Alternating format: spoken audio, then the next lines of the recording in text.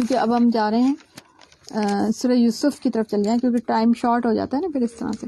اعوذ باللہ من الشیطان الرجیم بسم اللہ الرحمن الرحیم. سورہ یوسف بسم اللہ الرحمن الرحیم. الف لام را تلک آیات الکتاب المبین انا انزلناہ قرآن عربیا لعلکم تعقلون. یہ روشن کتاب کی یہ آیتیں ہیں، یقیناً ہم نے اس قرآن کو عربی میں نازل کیا تاکہ تم اس کو سمجھ سکو. قرآن کریم کے جو مخاطب اول تھے وہ عرب تھے، تو قرآن عربی میں نازل ہوا، اور ویسے بھی اپنی فصاحت، اپنی بلاغت اور اپنی تاریخ کے اعتبار سے یہ دنیا کی بہترین اور زبردست قسم کی جو ہے نا زبان ہے، اور اردو سے بہت قریب ہے، اردو اور فارسی سے بہت قریب ہے. دو زبانیں جو ہے نا ان میں عربی موجود ہے اور وہ عربی میں موجود ہے. تو جو آج ہم دیکھیں تو ہمارے لیے بھی عربی بنسبت زیادہ آسان ہے. اگر بنسبت کوئی انگریز سیکھے نا تو اس کی بنسبت ہمارے لیے عربی سیکھنا، عربی پڑھنا، اس میں اردو کے بہت سارے لفظ آتے ہیں. تو اس میں اللہ کی مصلحت تھی کہ آگے جو آنے والی نسل ہے وہ اسی زبان کو زیادہ سمجھنے والی ہوگی. تو اللہ تعالیٰ کہتے ہیں کہ ہم نے اس قرآن کو عربی میں نازل کیا، کیونکہ یہ اعتراض کرتے تھے نا کہ یہ ہیبریو میں کیوں نہیں نازل ہوا. تو جو جن پر نازل کیا گیا تو وہ ان کی زبان جب عربک ہے تو ظاہر ہے عربک میں نازل ہوگا تاکہ وہ اس کو سمجھے، اور جب وہ سمجھیں گے تو ہی آگے بیان ہوگی نا. اگر یہ کسی اور زبان میں نازل ہو جاتا تو وہ سمجھنے والے تو سمجھ ہی نہ سکتے. اس سے پہلے جو کتابیں نازل ہوئی وہ ان کی زبان کے ایز کے ساتھ نازل ہوئی تھیں. ہم آپ کے سامنے بہترین بیان پیش کرتے ہیں. نحنو نقص علیک احسن القصص، اس کو احسن القصص قرار دیا ہے سورہ یوسف کے جو پورا قصہ آ رہا ہے، اور اس کو ایک پورا بہترین قصہ بیان کیا گیا.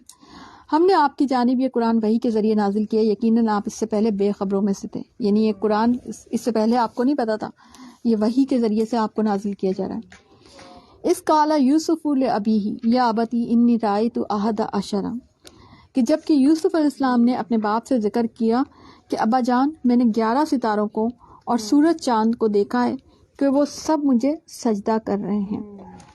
حضرت یعقوب علیہ السلام کے یہ بیٹے تھے، حضرت یوسف علیہ السلام نبی، بعد میں نبی بھی بنے، اور یعقوب علیہ السلام نبی بھی تھے، اور ان کے 11 بیٹے اور بھی تھے. اور یوسف علیہ السلام اور ایک اور بھائی تھا بنیامین، جو ایک ماں سے تھے، اور یہ باقی جو تھے وہ دوسری ماں سے تھے. ٹھیک ہے، تو ان کی والدہ کی ڈیتھ ہو چکی تھی. تو حضرت یوسف علیہ السلام جو ہے نا اپنے والد کو بہت زیادہ پیارے تھے، چھوٹے بھی تھے اور بہت عزیز تھے اور خوبصورت بھی بہت تھے. ٹھیک ہے، لیکن ظاہر اولاد خوبصورتی کی وجہ سے تھوڑی ہوتی ہے، ان کے اخلاق اور کردار بھی بہت پیارے تھے. تو آپ دیکھیں، اور ان کی کوآرڈینیشن بھی بہت تھی اپنے والد سے، کہ جب خواب دیکھا تو سب سے پہلے اپنے والد کو ہی بتایا، اپنے کسی دوست کو نہیں بتایا، کسی اور کو نہیں، اور بہت چھوٹی عمر میں یہ خواب دیکھا ہے. نبی جو ہوتے ہیں نا وہ چھوٹی عمر سے ہی جو ہے نا وہ نیک ہوتے ہیں، تو اور ان کو خوابوں کی تعبیر بھی آتی تھی. تو یہ جو علم ہوتا ہے یہ ودیت کیا جاتا ہے. ٹھیک ہے، جیسے ابن سیرین ہیں، نبی کریم صلی اللہ علیہ وسلم کے صحابی تھے، تو ان کو جو ہے یہ ودیت کیا گیا تھا. تو انہوں نے اس پہ بہت جو ہے نا کتب بھی لکھی ہوئی ہیں، اور وہ خوابوں کی تعبیر کیا کرتے تھے. ٹھیک ہے، تو یہ باقاعدہ ایک علم بھی ہے. اچھا، اب وہ کیا کہہ رہے ہیں کہ وہ اپنے خواب جو ہے اپنے ابو سے بیان کر رہے ہیں کہ میں نے 11 ستاروں کو اور سورج چاند کو دیکھا ہے کہ وہ سب مجھے سجدہ کر رہے ہیں. اچھا، یعقوب علیہ السلام کو بھی خوابوں کی تعبیر تھوڑی سمجھ آتی تھی ایسا لگتا ہے. یعقوب علیہ السلام نے کہا کہ پیارے بچے، اپنے اس خواب کا ذکر اپنے بھائیوں سے نہ کرنا، ایسا نہ ہو کہ تیرے ساتھ کوئی فریب کاری کریں. شیطان تو انسان کا کھلا دشمن ہے. باپ تھا تو اس لیے نفسیات سمجھتا تھا، اور جو اندر جو ان کی دشمنی چل رہی تھی، اندر جو خلفشار تھا نا اولاد کے درمیان، اس سے بھی واقف تھا. اس سے پتہ چلتا ہے کہ ماں باپ اور اسپیشلی باپ جو ہے نا وہ بچوں کی نفسیات بہت بہترین جانتا ہے، مگر آج کل کے باپ کہاں جانتے ہیں. آج کے باپوں کو تو اتنی فرصت ہی نہیں ہوتی. ماں باپ کی تو قصور ہے نا کہ وہ بچوں کو ٹائم دینا چھوڑ چکے ہیں. تو انہوں نے یہ کہا، انہوں نے یہ نہیں بتایا کہ نا، پہلے یہ نہیں بتایا کہ کیا ہوگا، یعنی پہلے یہ کہا کہ اس خواب کا ذکر مت کرنا. حالانکہ یہ اچھا خواب تھا. بعض اوقات اس سے پتہ چلتا ہے کہ صرف برا خواب ہی نہیں، اچھا خواب بھی نہیں بتانا چاہیے. ہمیں ویسے تو حکم یہ ہے نا کہ برا خواب ہے تو آپ کو، کیونکہ خواب پرندے کے پر کی مانند ہوتا ہے. جب اس کی تعبیر کر دی جاتی ہے حدیث میں، جب اس کی تعبیر کر دی جاتی ہے تو وہ پھر اڑ جاتا ہے. ٹھیک ہے، خواب تعبیر کے درمیان معلق رہتا ہے، جب اس کی تعبیر ہو جاتی ہے تو پھر وہ ہو جاتا ہے. ٹھیک ہے، تو لیکن اچھا خواب جو ہوتا ہے نا، اس سے کیا ہوتا ہے کہ نظر لگنے کا بھی اندیشہ ہوتا ہے. تو یہ سمجھ گئے تھے کہ ہے تو بہت اچھا خواب، کیونکہ اس میں جو 11 ستارے ہیں نا وہ ان کے 11 بھائی ہیں، اور سورج چاند سے مراد ہے ان کے والد اور مطلب والدہ. اور نا یہ جو سجدہ کر رہے ہیں تو یہ سمجھ گئے تھے کہ ایک وقت ایسا آئے گا جو حضرت یوسف علیہ السلام کی ایک طرح سے حکومت ہوگی. اور یہ خواب جو ہے 40 سال کے بعد یہ تعبیر اس کی ہوئی تھی، مکمل ہوئی تھی. تو اس کا مطلب ہے خواب تعبیر میں وقت بھی لیتا ہے. ٹھیک ہے، تو ان کو یہ سمجھ آ گیا تھا. اب ان کو یہ تھا کہ اگر یہ بات ان کو پتہ چل گئی نا بھائیوں کو، تو وہ ان کے خلاف کوئی قدم نہ اٹھا لیں کہ یہ تو بہت، کیونکہ وہ بہت چھوٹے تھے اور وہ جو ہے اسبا ان کا بہت بڑا تھا، بہت زیادہ تھے، تو ان کو یہ تھا کہ نقصان نہ پہنچا دیں. ٹھیک ہے، تو اس سے پتہ چلتا ہے کہ اپنی اچھی نعمتیں، اپنے اچھے خواب بھی ضروری نہیں ہے کہ آپ ہر ایک کو بتائیں. ہاں، اگر کوئی آپ کا بہت خیر خواہ ہے اس کو بتایا جا سکتا ہے. برے خواب تو بالکل ہی کسی کو نہیں بتانے، کیونکہ وہ پھر تعبیر اگر اس نے دے دی، پہلی بات تو بتانا چاہیے نہیں. اور کیا کرنا ہوتا ہے کہ بائیں طرف پہ آپ نے وہ اعوذ باللہ من شر والی جو دعا ہے وہ پڑھ کے، اور بائیں طرف بائیں کندھے پہ آپ نے وہ تھتکار دینا ہے. اور اگر آپ نیند میں سے آپ کو خواب ہے، ظاہر نیند میں ہی آتا ہے موسٹلی، تو آپ کروٹ بدل لیں گے اور کروٹ بدل کے سو جائیں انشاءاللہ وہ خواب. اور نہ وہ کسی کو ڈسکس کریں برے خواب کو، تو وہ برا خواب آپ کا مکمل نہیں، یعنی وہ تعبیر اس کی نہیں ہوگی، نہ وہ آپ کے اوپر لاگو ہوگا. ٹھیک ہے، اچھا انہوں نے یہ کہا. اور پھر آپ دیکھیں دشمن شیطان کو کہا کہ یہ بہت، یہ جو فیملی لائف کے ایشوز ہوتے ہیں نا، اس میں شیطان جو ہوتا ہے نا وہ درار ڈلواتا ہے، کیونکہ شیطان صلہ رحمی سے نفرت کرتا ہے، شیطان رشتوں سے نفرت کرتا ہے، شیطان میاں بیوی سے. اور آپ کو پتہ ہے کہ میاں بیوی سے ہی سارے رشتے وجود میں آتے ہیں. تو شیطان تو پہلے رشتے سے نفرت کرتا ہے، میاں بیوی کے درمیان آپ نے دیکھا کہ وہ جدائی ڈلوانے کی کوشش کرتا ہے. اپنے سورہ البقرہ میں پڑھی تھی کہ وہ جو ہاروت اور ماروت والا قصہ. ٹھیک ہے، اور وہ والا قصہ بھی یاد کریں جو شیطان پانی پہ دربار لگاتا ہے اور وہ سب چیلوں کو بھیجتا ہے. تو وہ جو چیلا ہوتا ہے نا کہ جو میاں بیوی کے درمیان جدائی ڈلوا کے، تو اس کے گلے میں ہاتھ ڈالتا ہے، اس کو گلے لگاتا ہے. ٹھیک ہے نا، تو یہ جو چیز ہے نا، یہ شیطان کو کہا گیا کہ شیطان کھلا دشمن ہے. اور اس سے کیا ہوتا ہے کہ آپسی جو تعلقات ہیں وہ استوار رہتے ہیں، کہ آپ الزام اس جڑ کو دیں جو آپ کے درمیان ڈال رہی ہے فتنہ فساد. تو رشتے تو نہیں ڈال رہے نا آپس میں، یعنی کہ بہن بھائی، اور وہ اس کا مطلب، اور بعد میں آپ دیکھیں گے کہ وہ واقعی انہوں نے اپنا ایکسیپٹ کیا اپنا جو بھی گناہ تھا. ٹھیک ہے، تو اس لیے اگر آپس میں کبھی بھی کوئی معاملہ ہو، کوئی رشتوں کے آپس میں، تو ان رشتوں کو الزام نہ دیں. اس سے کیا ہوگا، جھگڑا نہیں بڑھے گا، بلکہ اسی وقت آپ الزام دینا چاہیے بھائی شیطان ڈلوا رہا ہے ہمارے درمیان، تو سمجھ جاؤ بھائی تم بھی اعوذ باللہ پڑھ لو مجھے بھی. کیونکہ نبی کریم صلی اللہ علیہ وسلم نے دیکھا کہ کچھ لوگ جھگڑ رہے تھے، تو نبی کریم صلی اللہ علیہ وسلم نے فرمایا کہ میں ایک ایسا جملہ جانتا ہوں کہ جو اگر وہ پڑھ لیں تو پھر ہے نا ان کا جھگڑا ختم ہو جائے، اور وہ اعوذ باللہ من الشیطان الرجیم. ٹھیک ہے نا، صحیح ہے. تو اسی طرح تیرا پروردگار برگزیدہ کرے گا. آپ خوابوں کی تعبیر دے رہے ہیں، تو پہلے تحمید باندھ دی. ٹھیک ہے، اور تجھے معاملہ فہمی یا خوابوں کی تعبیر بھی سکھائے گا، اور اپنی نعمت تجھ پر بھرپور عطا فرمائے گا. نبی تھے، سمجھ گئے کہ نبوت بھی عطا کی جائے گی. اور یعقوب علیہ السلام کے گھر والوں کو بھی، جیسا کہ اس نے اس سے پہلے تیرے دادا پردادا یعنی ابراہیم اور اسحاق کو بھی اپنی بھرپور نعمت جو ہے وہ دی. یقیناً تیرا رب بہت بڑا علم والا اور زبردست حکمت والا ہے. یقیناً یوسف علیہ السلام اور ان کے بھائیوں میں دریافت کرنے والوں کے لیے بڑی نشانیاں ہیں. ٹھیک ہے، یعنی کیا نشانیاں ہیں کہ جب فیملی لائف کے ایشوز ہوں تو ان میں حسد ہوتا ہے، کبھی کبھار سوتیلے بھائیوں کا معاملہ ہوتا ہے. تو باپ کا فطری جھکاؤ اس لیے تھا کہ ظاہر اس کی ماں نہیں تھی نا، تو یہ باپ کا فطری جھکاؤ ہو سکتا ہے، مگر کیا اس کا یہ حل ہوتا ہے کہ اس بچے کو ہی غائب کر دیا جائے. ٹھیک ہے نا. اور اگر کہیں بھی فیملی لائف میں اگر دیکھا جائے، اول تو ماں باپ کو بھی یہی حکم ہے کہ بچوں کے ساتھ برابری کا معاملہ کریں، لیکن بعض بچے فطری طور پر زیادہ نرم دل ہوتے ہیں، زیادہ ماں باپ کی خدمت کرتے ہیں، وہ زیادہ ماں باپ سے قریب ہوتے ہیں، تو ان پہ فطری جھکاؤ ہو جانا ماں باپ کا بھی کچھ غلط نہیں ہے. تو آپ کو کیا چاہیے، آپ بھی ان کے جیسے بن جائیں. یعنی بچوں کو کیا چاہیے کہ بھئی ان کی کاپی کریں، جو بچہ جو دیکھیں کہ اگر اس کی طرف جھکائے تو میں بھی وہ چیزیں کروں. لیکن انہوں نے یہ تو نہیں کیا، انہوں نے کہا ہم اس بچے کو ہی غائب کرتے ہیں. انہوں نے غیر فطری اور انہوں نے منفی رویہ اپنایا. ٹھیک ہے, تو اس میں لیکن اس سے نقصان کس کو پہنچا؟ ان کو خود کو ہی نقصان پہنچا. ٹھیک ہے نا, یوسف علیہ السلام کو نقصان نہیں پہنچا, بلکہ ان کو تو اللہ تعالیٰ نے بڑا مقام دیا, ان کو تو بادشاہت بھی دی, ان کو تو اللہ نے نبوت بھی دی, علم بھی دیا, حکمت بھی دیا, سب کچھ دیا. ٹھیک ہے. اچھا, جب کہ ان کے بھائی نے کہا کہ جب کہ انہوں نے کہا کہ یوسف علیہ السلام اور اس کا بھائی بنسبت ہمارے باپ آپ کو زیادہ پیارے ہیں, حالانکہ ہم بہت طاقتور جماعت ہیں, یعنی ہم تو زیادہ بھائی ہیں, مگر ابا جان آپ کو یوسف علیہ السلام جو ہے نا وہ زیادہ اچھے لگتے ہیں. کوئی شک نہیں کہ ہمارے ابا جان نعوذ باللہ لفی دلال مبین, کہ وہ سری غلطی میں ہیں. اب یہ کون بات کرے؟ وہ ان کے بھائی بات کر رہے ہیں. ٹھیک ہے نا. تو یوسف کو یا تو مار ڈالو یا کسی نامعلوم جگہ پھینک دو کہ تمہارے والد کا رخ صرف تمہاری طرف ہو جائے, اس کے بعد تم نیک ہو جانا. ٹھیک ہے, یہ انسانی سلوشن تھا محبت کا, جو اکثر و بیشتر انسان کرتا ہے کہ بھئی اس چیز کو غائب کر دیا جائے. تو کیا ہوا کہ وہ تو پھر بھی جو محبت تھی وہ تو ان کے نصیب میں پھر بھی نہیں آئی. وہ جو نصیب تھا نا, محبت جس کی نصیب تھی نا, وہ یوسف علیہ السلام کی ہی رہی. وہ ان کے لیے روتے رہے, یاد کرتے رہے, لیکن وہ جس کی اچھا, یہ ہمیشہ انسان سوچے کہ کبھی بھی اس محبت کے حصے دار نہ بنے جو کسی اور کا ہے, وہ آپ کو نہیں ملے گی, اور اس منفی رویے سے تو کبھی بھی نہیں ملے گی.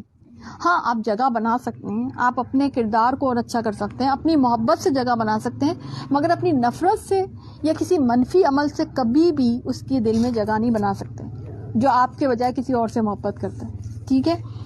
تو یہ یہاں پہ جو ہے نا انہوں نے کہا یوسف علیہ السلام کو مار ڈالو یا کسی, تو اس کے بعد تم نیک بھی ہو جانا, یعنی گناہ کر کے نیک ہو جانا, معافی مانگ لینا.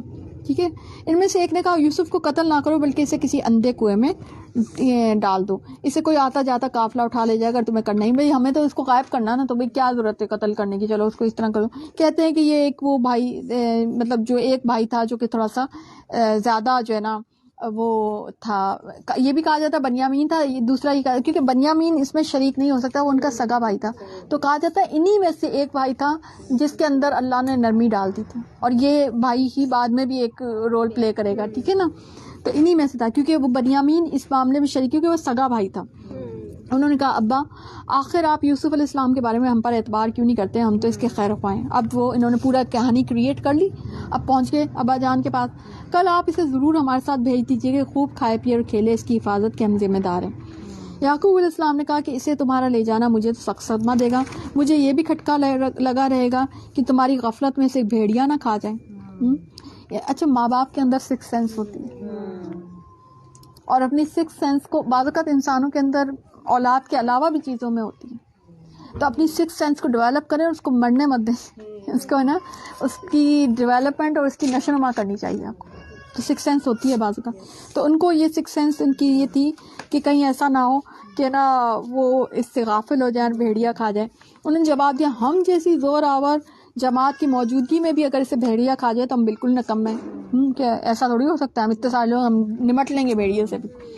پھر جب اسے لے چلے اور سب نے مل کر ٹھان لیا کہ اسے غیر آباد گہرے کنویں کی تہ میں پھینک دیں, ہم نے یوسف علیہ السلام کی طرف وحی کی یقیناً وقت آ رہا ہے کہ تو انہیں اس ماجرے کی خبر اس حال پہ دے گا کہ وہ جانتے ہی نہ ہو. سبحان اللہ. یعنی ان کو پھینک دیا, اور ظاہر ہے یوسف علیہ السلام چھوٹے سے تھے, تو اب وہ ورنہ تو ایک عجیب کیفیت ان پہ بھی تھی کہ اس وقت ان پر ایسا لگتا ہے جیسے پہلی وحی نازل ہوئی اللہ تعالیٰ کی طرف سے, یا ایک خفیہ اشارہ جسے کہہ سکتے ہیں کہ اللہ تعالیٰ نے ان کو کہا کہ تم بے فکر ہو, اللہ کی طرف سے مدد. ایک طرح بعض اوقات اچھا خیال آنا, ایک اچھی سوچ آنا بھی اللہ کی مدد ہوتی ہے. ان کو اس وقت یہی آئی تھی کہ نہیں اللہ تعالیٰ مجھے, جیسے حضرت حاجرہ نے کہا تھا اللہ ہمیں رسوا نہیں کرے گا, تو سیم اٹ از کہ اللہ ضرور جو ہے نا مدد کرے گا. ٹھیک ہے. تو وہ اللہ کی مدد پہ بیٹھے رہے وہاں پہ نا. اور عشاء کے وقت, اچھا اگر وہ اس وقت شور مچاتے ہیں یا اس وقت اور, تو شاید یہ غصے میں آ کے مار ہی دیتے, ہے نا. تو انہوں نے یہ سمجھ گئے کہ کم پہ جیسے وہ بھی راضی ہو گئے, وہ گر گئے تو اب وہ ان کو پھینک دیا تو وہ بھی آرام سے بیٹھے رہے. ٹھیک ہے. اور عشاء کے وقت وہ سب اور اپنے رب کی رضا کا انتظار کرتے رہے. سبحان اللہ. یہ بڑی پیاری بات ہے. آپ سوچیں کنویں کے اندر, ہمارے اوپر بھی بعض اوقات آزمائشیں مشکلات کنویں کی مانند ہوتے ہیں, وہ اس میں آرام سے بیٹھے ہوئے بغیر کسی شکوہ شکایت کے، کوئی اللہ کے اوپر کوئی شک نہیں، کچھ بھی نہیں، آرام سے کنویں کے اندر. چھوٹے تھے، یعنی سب سے بڑی بات یہ چھوٹے تھے، عمر نہیں تھی، وہ اندر بیٹھے ہوئے اور اللہ کی رضا اور اللہ کے حکم کا انتظار کر رہے ہیں. سبحان اللہ. ہم بھی بعض اوقات آزمائش میں یہ سیکھیں کہ اللہ کے حکم اور رضا کا انتظار کریں. ٹھیک ہے. اور عشاء کے وقت وہ سب اپنے باپ کے پاس روتے ہوئے پہنچے. وہ بھائی کہنے لگے ابا جان ہم تو آپس میں دوڑ میں لگ گئے اور یوسف علیہ السلام کو ہم نے اسباب کے پاس چھوڑا، حالانکہ کہہ رہے تھے کہ ہم تو ان کو کھیلنے کے لیے لے کے جا رہے ہیں، اور بس اسے بھیڑیا کھا گیا. آپ تو ہماری بات مانیں گے نہیں، کو ہم بالکل سچے کیوں نہ ہو. اور یوسف علیہ السلام کے کرتے کو جھوٹ موٹ کے خون سے خون آلود بھی کر کے لے آئے. یعنی بھیڑیا پورا کا پورا جو اس کے اندر سے بڑا سلیقہ مند بھیڑیا تھا نا، جو ہے نا وہ کرتا اتار کر اور بڑے سلیقے سے اس نے چمچوں کے ساتھ اور کانٹے کے ساتھ اس نے نہ کھایا تھا. باپ نے کہا یوں نہیں، بلکہ تم نے اپنے دل سے ایک بات بنا لی ہے، بس صبر ہی بہتر ہے. کہ باپ تھا نا اور کچھ نہیں کر سکتا تھا، یہ بھی اولاد تھی. آپ دیکھیں کہ باپ کتنا مجبور ہو گیا تھا اس وقت کہ ایک اولاد کو وہ کہیں بھی پھینک آئے، کچھ بھی کر کے آ گئے، مگر نہ ان سے اگلوا سکتا تھا کیونکہ اگلتے نہیں ہے. دوسری بات نہ ان کو کچھ کہہ سکتا تھا، بد دعا بھی نہیں دے سکتا تھا کیونکہ یہ بھی تو اولاد تھی نا. تو انہوں نے کہا کہ صبر ہی صحیح ہے. فصبر جمیل واللہ المستعان علی ما تصفون. بڑی خوبصورت یہ آیت ہے، بہترین صبر جمیل کیا ہوتا ہے جس میں کوئی شکوہ نہیں ہوتا. خوبصورت صبر اس سے پتہ چلتا ہے کہ ہمارے اعمال بھی خوبصورت ہوتے ہیں. صبر بھی جمیل ہوتا ہے، صرف چہرے یا شکلیں خوبصورت نہیں ہوتی ہیں بلکہ آپ کی جو اخلاق ہوتے ہیں وہ بھی جمیل ہوتے ہیں، آپ کے صبر بھی جمیل ہوتے ہیں، آپ کی جو ہے آپ کی کسی مشکل پہ کسی بات پر آپ کی خاموشی بھی جمیل ہوتی ہے، خوبصورت ہوتی ہے. ٹھیک ہے. ایک قافلہ آیا، انہوں نے ابھی اب دیکھیں زیادہ عرصہ گزرا نہیں، زیادہ انتظار نہیں کرنا پڑا ان کو. انہوں نے اپنے پانی لانے والے کو بھیجا، اس نے ڈول لٹکایا. کہنے لگا جب ڈول لٹکایا تو اس سے لٹک کر، اب یہ دیکھیں اللہ تعالیٰ کی مدد سمجھی اس ڈول کو. ٹھیک ہے. تو وہ ڈول اب ادھر وہ تو غیر آباد کنواں تھا نا، اس میں پانی تو تھا نہیں. ٹھیک ہے. اب قافلے والے کو تھوڑی پتا تھا، وہ تو کہیں اور سے آیا تھا، وہ تو مصر سے آیا تھا. انہوں نے اپنا ڈول لٹکایا کہ چلو پانی کی جگہ جو ہے وہ بچہ آ گیا. کہنے لگے واہ واہ خوشی کی بات، یہ تو ایک لڑکا ہے. انہوں نے اسے مال تجارت قرار دے کے چھپا لیا. ٹھیک ہے. یعنی انہوں نے کہا ہم جا کے اس کو بیچ دیں گے، کیونکہ اس زمانے میں جو ہے ہیومن اسمگلنگ ہوتی تھی، غلامی. آپ یہاں سے دیکھیں غلامی کا انسٹیٹیوشن کتنا پرانا ہے. اور اللہ تعالیٰ اس سے باخبر تھا کہ جو وہ کر رہے تھے. اور اللہ تعالیٰ تبصرہ کتنا خوبصورت کرتے ہیں، وَشَرُّوهُ بِثَمَنٍ بَخْسٍ دَرَاهِمْ مَعْدُودَةٍ وَكَانُوا فِيهِ مِنَ الزَّاهِدِينَ. کہ انہوں نے اسے بہت ہی ہلکی قیمت پر گنتی کے چند درہموں پہ بیچ ڈالا. وہ تو یوسف کے بارے میں بڑے ہی بے رغبت تھے، وہ تو یوسف شناس ہی نہ تھے، یوں کہنا زیادہ بہتر. انہوں نے بیچ دیا، وہ یوسف علیہ السلام کو نہیں جانتے تھے. مصر والوں نے، اور ان کو نہیں پتا تھا بعض اوقات واقعی انسان اپنے ساتھ رہنے والوں یا اپنے پاس آنے والی چیز کی قدر و قیمت کو نہیں پہچان رہا تھا. اس کو نہیں پتا تھا میرے ساتھ کون بس رہا ہے، کون رہ رہا ہے. مصر والوں میں سے جس نے اسے خریدا، اس نے اپنی بیوی سے کہا اسے بہت عزت اور احترام کے ساتھ رکھو. اس عزیز مصر نے ان کو خرید لیا اور بہت ممکن ہے کہ ہمیں فائدہ پہنچائے، یا اسے ہم بیٹا ہی بنا لیں، یعنی تھوڑا سا اس کو آزمائیں گے پھر ہم اپنا بیٹا بنا لیں گے. اور اللہ تعالیٰ کیا کہتا ہے وَكَذَلِكَ مَكَّنَّا لِيُوسُفَ فِي الْأَرْضِ. اس طرح سے ہم نے یوسف علیہ السلام کو ادھر مصر میں جگہ عطا کر دی.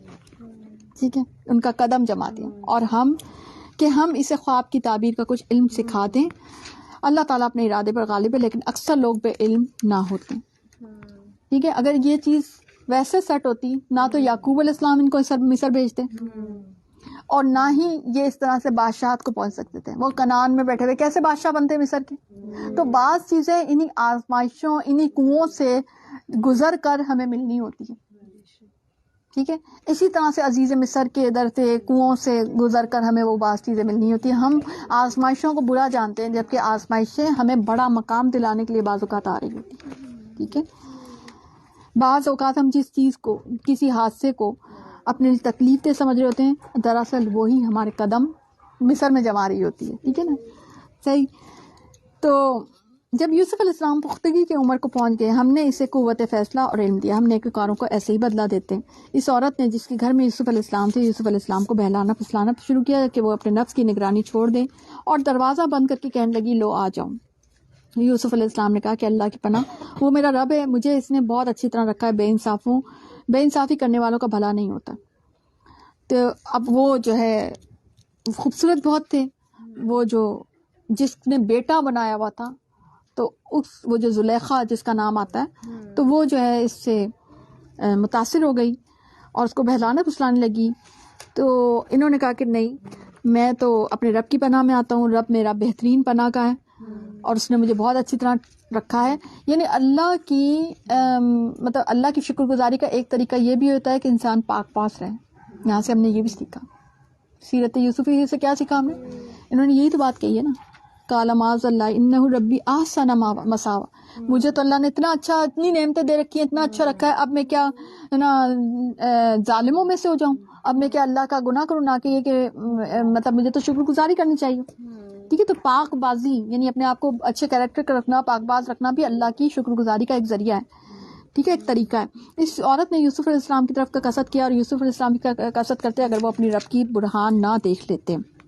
یعنی ان کو رب نے کچھ ایسا دکھا دیا کہ کیونکہ اللہ تعالیٰ اپنے پیغمبروں کی حفاظت کرتے ہیں نا، تو یوں ہی ہوا اسی واسطے ہم اس سے برائی اور بے حیائی دور کر دیں. بے شک وہ ہمارے چنے ہوئے بندوں میں سے تھا.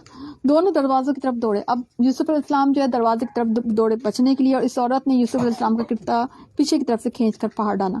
دروازے کے پاس ہی عورت کا شوہر ان دونوں کو مل گیا. اب اللہ کو مدد کرنی تھی نا، تو وہ دروازے کے اوپر کھڑا تھا.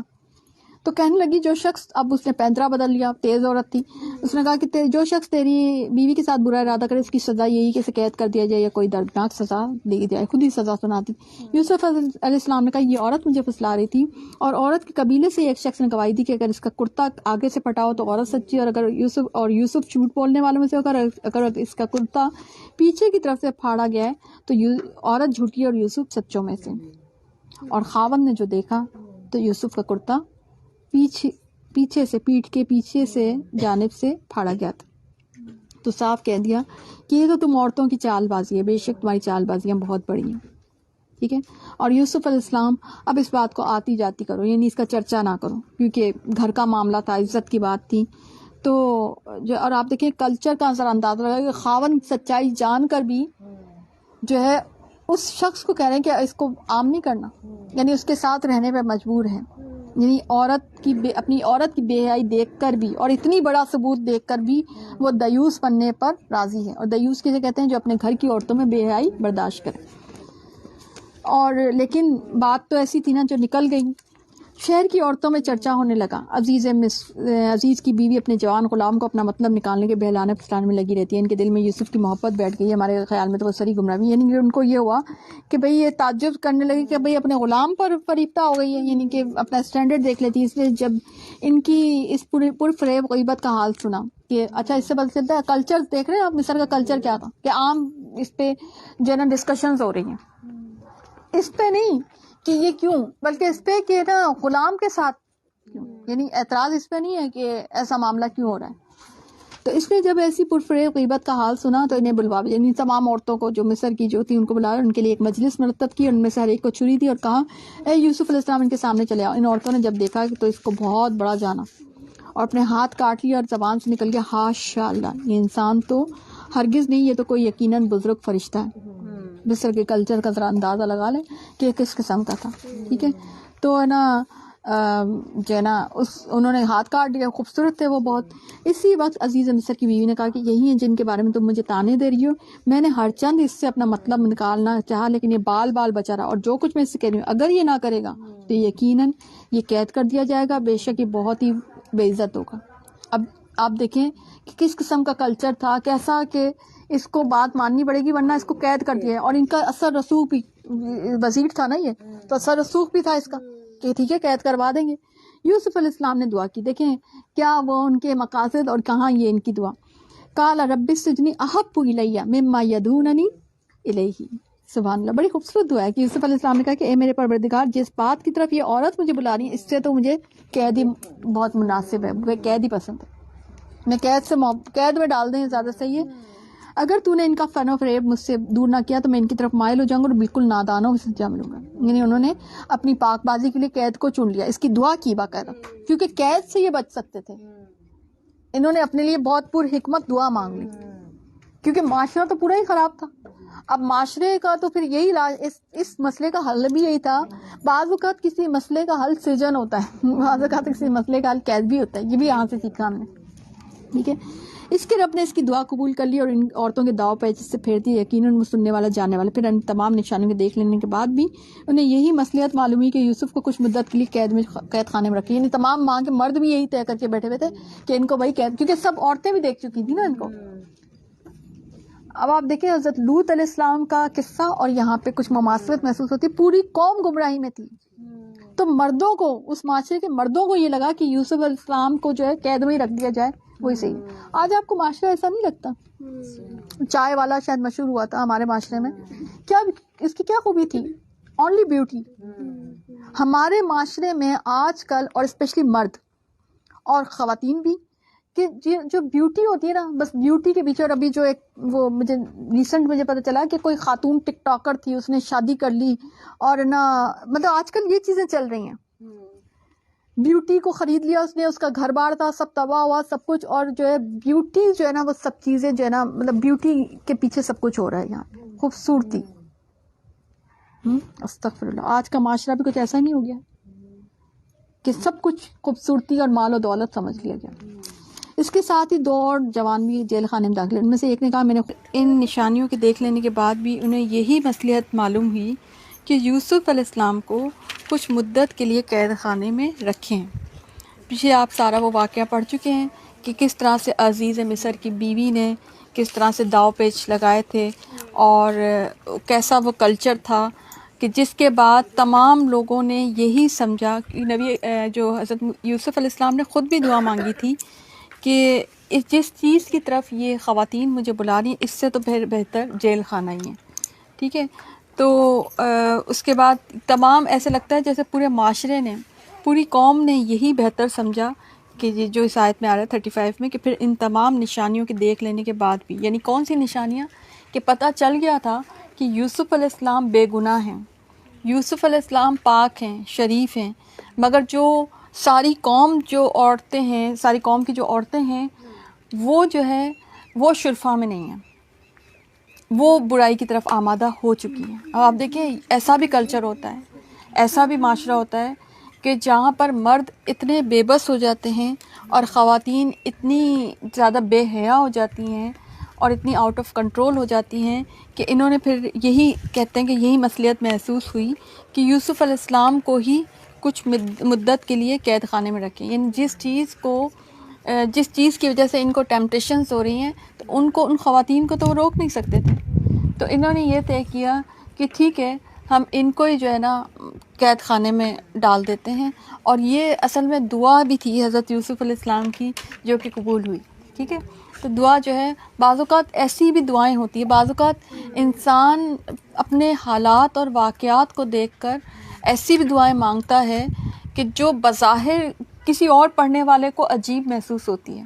قید خانے کی دعا جو مانگنا, اگر آپ ایک نارمل سائیکالوجی کے لحاظ سے دیکھیں تو کوئی اتنی پسندیدہ دعا نہیں ہوتی, لیکن جو وہاں کے حالات اور واقعات تھے تو اس میں ایسے محسوس ہوتا ہے کہ یہی دعا وہاں کے لیے مناسب تھی. اور اس سے یہ بھی پتہ چلتا ہے کہ جو نبی ہوتے ہیں وہ دعا شناس بھی ہوتے ہیں, یعنی ان کو دعا مانگنے کا اور دعا کیا مانگنی ہے اس کا بھی سلیقہ آتا ہے نا. یہ بھی کتنی بڑی, یعنی جیسے کہتا ہے آرٹ ہے, یہ بھی کتنا بڑا اسکل ہے کہ آپ کو صحیح وقت پر صحیح دعا مانگنی آتی ہو. ٹھیک ہے نا, اور یہ بھی حکمت کے اسکلز میں سے ایک چیز ہے. یہ بھی علم اور حکمت کا ہی ایک جسے کہتے ہیں شعبہ ہے, ایک پارٹ ہے کہ آپ کو دعا صحیح وقت پر دعا مانگنی آئے. ٹھیک ہے, تو یہ بڑا آپ دیکھیں گے انبیاء کی زندگی میں کہ انہوں نے صحیح وقت پر اور وہ پرٹیکولر دعا مانگی جو ہی ان کو ضرورت تھی, جسی چیز کی ان کو ضرورت تھی. ٹھیک ہے نا, آپ مجھے تو بہت ساری ابھی یاد آ رہی ہے, جیسے حضرت ایوب علیہ السلام کی دعا یاد آ رہی ہے, حضرت زکریا علیہ السلام کی دعا یاد آ رہی ہے, اور پرٹیکولر حضرت ربی انی لما انزلت الی من خیر فقیر, جو حضرت موسیٰ علیہ السلام نے محض ایک درخت کے نیچے بیٹھ کر, بظاہر یہ دعا ایسے لگتی ہے کہ جو جس میں کہ کوئی پرٹیکولر چیز مانگتے ہوئے نظر نہیں آتی, مگر اصل میں دعا کا, اچھا میں آپ کو دعا کا یہ بھی بتا دوں کہ دعا اصل میں یہ ہوتی بھی نہیں ہے کہ آپ بس پرٹیکولر اپنی خاص چیز ہی مانگتے رہیں. دعا میں اللہ کو، دعا آپ کی وہ ہوتی ہے بیسٹ جس میں آپ اللہ کو راضی کر سکیں، اور اللہ راضی ہوتا ہے ہمارے گناہوں کی معافی سے اور اس کی سبحان اللہ سے، ٹھیک ہے، اس کی توحید سے، ٹھیک ہے. تو جب یہ دو چیزیں مل جاتی ہیں نا، یعنی تین چیزیں کہوں کہ توحید، ہمارے گناہوں کی معافی اور اس کی پاکی، یہ تین چیز آیت کریمہ یہ تین چیزیں تھیں، یہ تین چیزوں کا مرکب ہے، ٹھیک ہے. تو جب یہ تین چیزیں آپ باور کروانے میں کامیاب ہو جاتے ہیں نا، یعنی صرف الفاظ نہیں ادا کرنے بلکہ آپ نے اس طرح سے اللہ کے سامنے گڑا کر یہ تین چیزیں جب آپ پیش کریں گے نا، تو اس کے بعد چوتھی چیز جو اگر آپ کوئی پرٹیکولر دعا مانگ بھی لیں گے نا تو انشاءاللہ وہ دعا بھی قبول ہوگی. ہمارا المیہ یہ ہے کہ ہم ان تین چیزوں میں ناکام ہوتے ہیں. ہم چاہتے ہیں کہ پیچھے کا معاملہ ویسے ہی رہے اور آگے ہماری دعا قبول ہوتی رہے، ٹھیک ہے.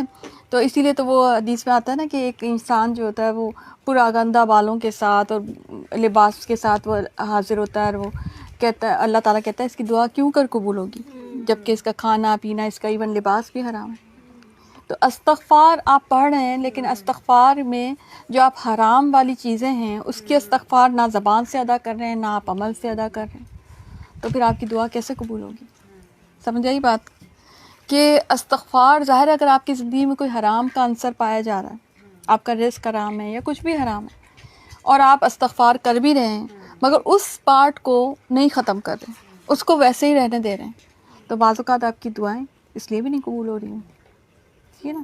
تو اپنی زندگی کو حلال کی طرف لے کے آئیں گے نا تو انشاءاللہ آپ کی دعائیں قبول ہونا شروع ہوں گی. اور دعا کب کیا مانگنی ہے یہ بھی ہمیں قرآن ہی سکھاتا ہے نا، کوئی اور چیز ہمیں نہیں سکھاتی، ٹھیک ہے نا. تو اس کے بعد آپ سمجھ آئی کہ دعا کیسے مانگنی ہے اور کس وقت کیا مانگنی ہے. اور اگر کچھ بھی نہ سمجھ میں آئے تو ربی انی لما انزلت الی من خیر فقیر، یہ مانگنا ہے، ضرور مانگنا ہے. اور اسپیشلی ابھی جمعے کا، آج جمعہ تھا تو آپ کو پتہ ہے جمعے میں تو 12 گھڑیاں ہوتی ہیں جس میں دعا قبول ہوتی ہے، اور اسپیشلی وہ سب سے بہترین گھڑی وہ ہوتی ہے جو عصر اور مغرب کے درمیان ہوتی ہے. اسلاف تو دروازے بند کر لیا کرتے تھے کہ اب عصر سے مغرب کا وقت ہو گیا، اب ہمیں کوئی چھیڑے نہ، ہمیں کوئی مطلب ہمیں کوئی ڈسٹرب نہ کرے، ہم دعا مانگ رہے ہیں. اتنے وہ دعا کے لیے جو ہے نا شوقین ہوا کرتے تھے. اور ہم لوگ ہے نا سموسے تلنے میں لگے ہوئے ہوتے ہیں اس وقت، یہ پیک کا ٹائم ہوتا ہے نا، تو اس لیے جو ہے نا دعا اگر آپ چلیں کوئی کام کر بھی رہے ہیں تو دعا تو آپ زبان سے بھی مانگ سکتے ہیں، تو دعا مانگتے رہا کریں. اور جمعے کی جو آپ کی تیاری ہے نا باقی چیزوں میں کم کر دیا کریں، اور دعا کا اور ظاہر آپ کو سورۃ الکہف بھی پڑھنی ہے، عبادت ضروری زیادہ ہوتی ہے نا جمعے کے دن، تو جمعے کے دن کے لیے آپ کوئی اپنا فری ٹائم، مطلب گھر والوں کو بھی تھوڑی سی تاکید کریں، ان کو بھی تھوڑی سی ٹرین کریں کہ جمعے کے دن آپ کو تھوڑا فری چھوڑا جائے، خود بھی وہ دعا مانگنے میں لگیں، ان کی بھی ٹریننگ کریں، ٹھیک ہے. تو دعا کا اتنی اہمیت ہے. تو اس کے بعد ان کی دعا قبول ہوئی، اور وہاں جو لوگ تھے انہوں نے بھی اسی میں مصلحت میں سمجھی کہ ان کو قید خانے میں ہی رکھا جائے. اب جب قید خانے میں وہ دخل معه السجن فتیان، تو ان کے ساتھ ہی جب وہ داخل ہوئے تو ان کے ساتھ ہی 2 جوان بھی قید خانے میں یا جیل خانے میں داخل ہوئے.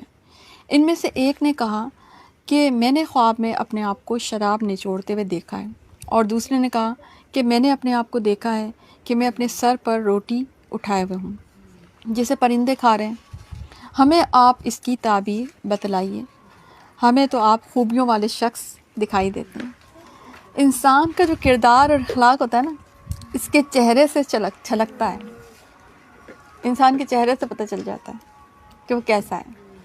اور اس کے چہرے پہ جو سب سے بڑی چیز ہوتی ہے نا وہ اس کی ہوتی ہے اسمائل، ٹھیک ہے، اور اس کے چہرے کی نرمی، ٹھیک ہے.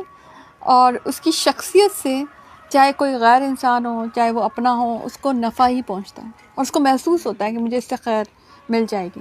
لوگ خود بخود اس کے سامنے اپنی بات، اپنے مسائل، اپنی پریشانیاں بیان کرنا شروع ہو جاتے ہیں. اب آپ دیکھیں یہ ایک دوسرے کو جانتے نہیں تھے، ٹھیک ہے، لیکن اس کے باوجود، اور یہ بہت بڑا معاملہ بھی ہے، یعنی خواب کسی سے شیئر کرنا، یہ تو موسٹلی ایسا ہی ہوتا ہے کہ کوئی بہت ہی کوئی جان پہچان والوں سے، لیکن ان کی اتنی انسیت ان کے اوپر ایک طرح سے قائم ہو گئی تھی، حضرت یوسف علیہ السلام کی اتنی انسیت جو ہے ان جوانوں پہ قائم ہو گئی تھی کہ انہوں نے فوری طور پہ اپنا پرسنل معاملہ شیئر کر دیا کہ ہمیں خواب آیا ہے اور وہ ایسے لگتا ہے جیسے خواب سے بڑے پریشان تھے کہ بھئی اس کی اس زمانے میں، اسپیشلی آج کے زمانے میں بھی لوگ خوابوں کے بارے میں بہت پریشان کن ہوتے ہیں، ان کی حالت جو ہوتی ہے، اور لوگ خواب تنگ بھی کر رہے ہوتے ہیں، ٹھیک ہے. اور خواب سچے خواب بھی ہوتے ہیں، کیونکہ آخر زمانے میں یہی جو ہے نا نبوت کی نشانیوں میں سے تو یہ سچے خواب آئیں گے آخر زمانے میں، نیک لوگوں کو سچے خواب آئیں گے. اور خواب 3 قسم کے ہوتے ہیں. ایک تو ایسے ہی جو خواب ہوتے ہیں، ایسے ہی جو روزمرہ کی چیزیں جو آپ کر رہے ہوتے ہیں. ایک شیطان کی طرف سے ہوتا ہے جو شیطان آپ کو ڈراتا ہے خواب میں. اور تیسرا سچا خواب ہوتا ہے جو واقعی خواب ہوتا ہے، ٹھیک ہے. جو 2 خواب ہوتے ہیں ان کی تو تعبیر لینا نہ لینا ایک برابر ہے. اس کا تو علاج یہی ہے کہ آپ بائیں طرف جو ہے دھتکار دیں گے شیطان کو، ٹھیک ہے. لیکن یہ جو سچا خواب ہوتا ہے یہ آپ اسی کو بیان کریں گے جو ایک تو خواب بتانے کی اہلیت رکھتا ہوں، دوسرا آپ کا کوئی خیر خواہ، کوئی مخلص ہو، ٹھیک ہے. تو انہوں نے بہرحال اپنا خواب جو ہے بیان کیا ان کے سامنے.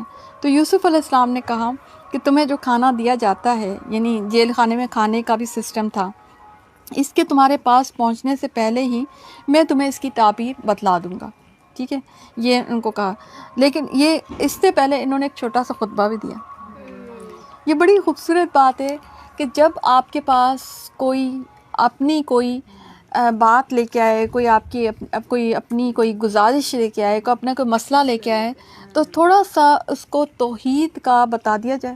یہ کیونکہ خطبہ سارا توحید پہ جو ہے نا اس پہ توحید کے اوپر محیط ہے نا.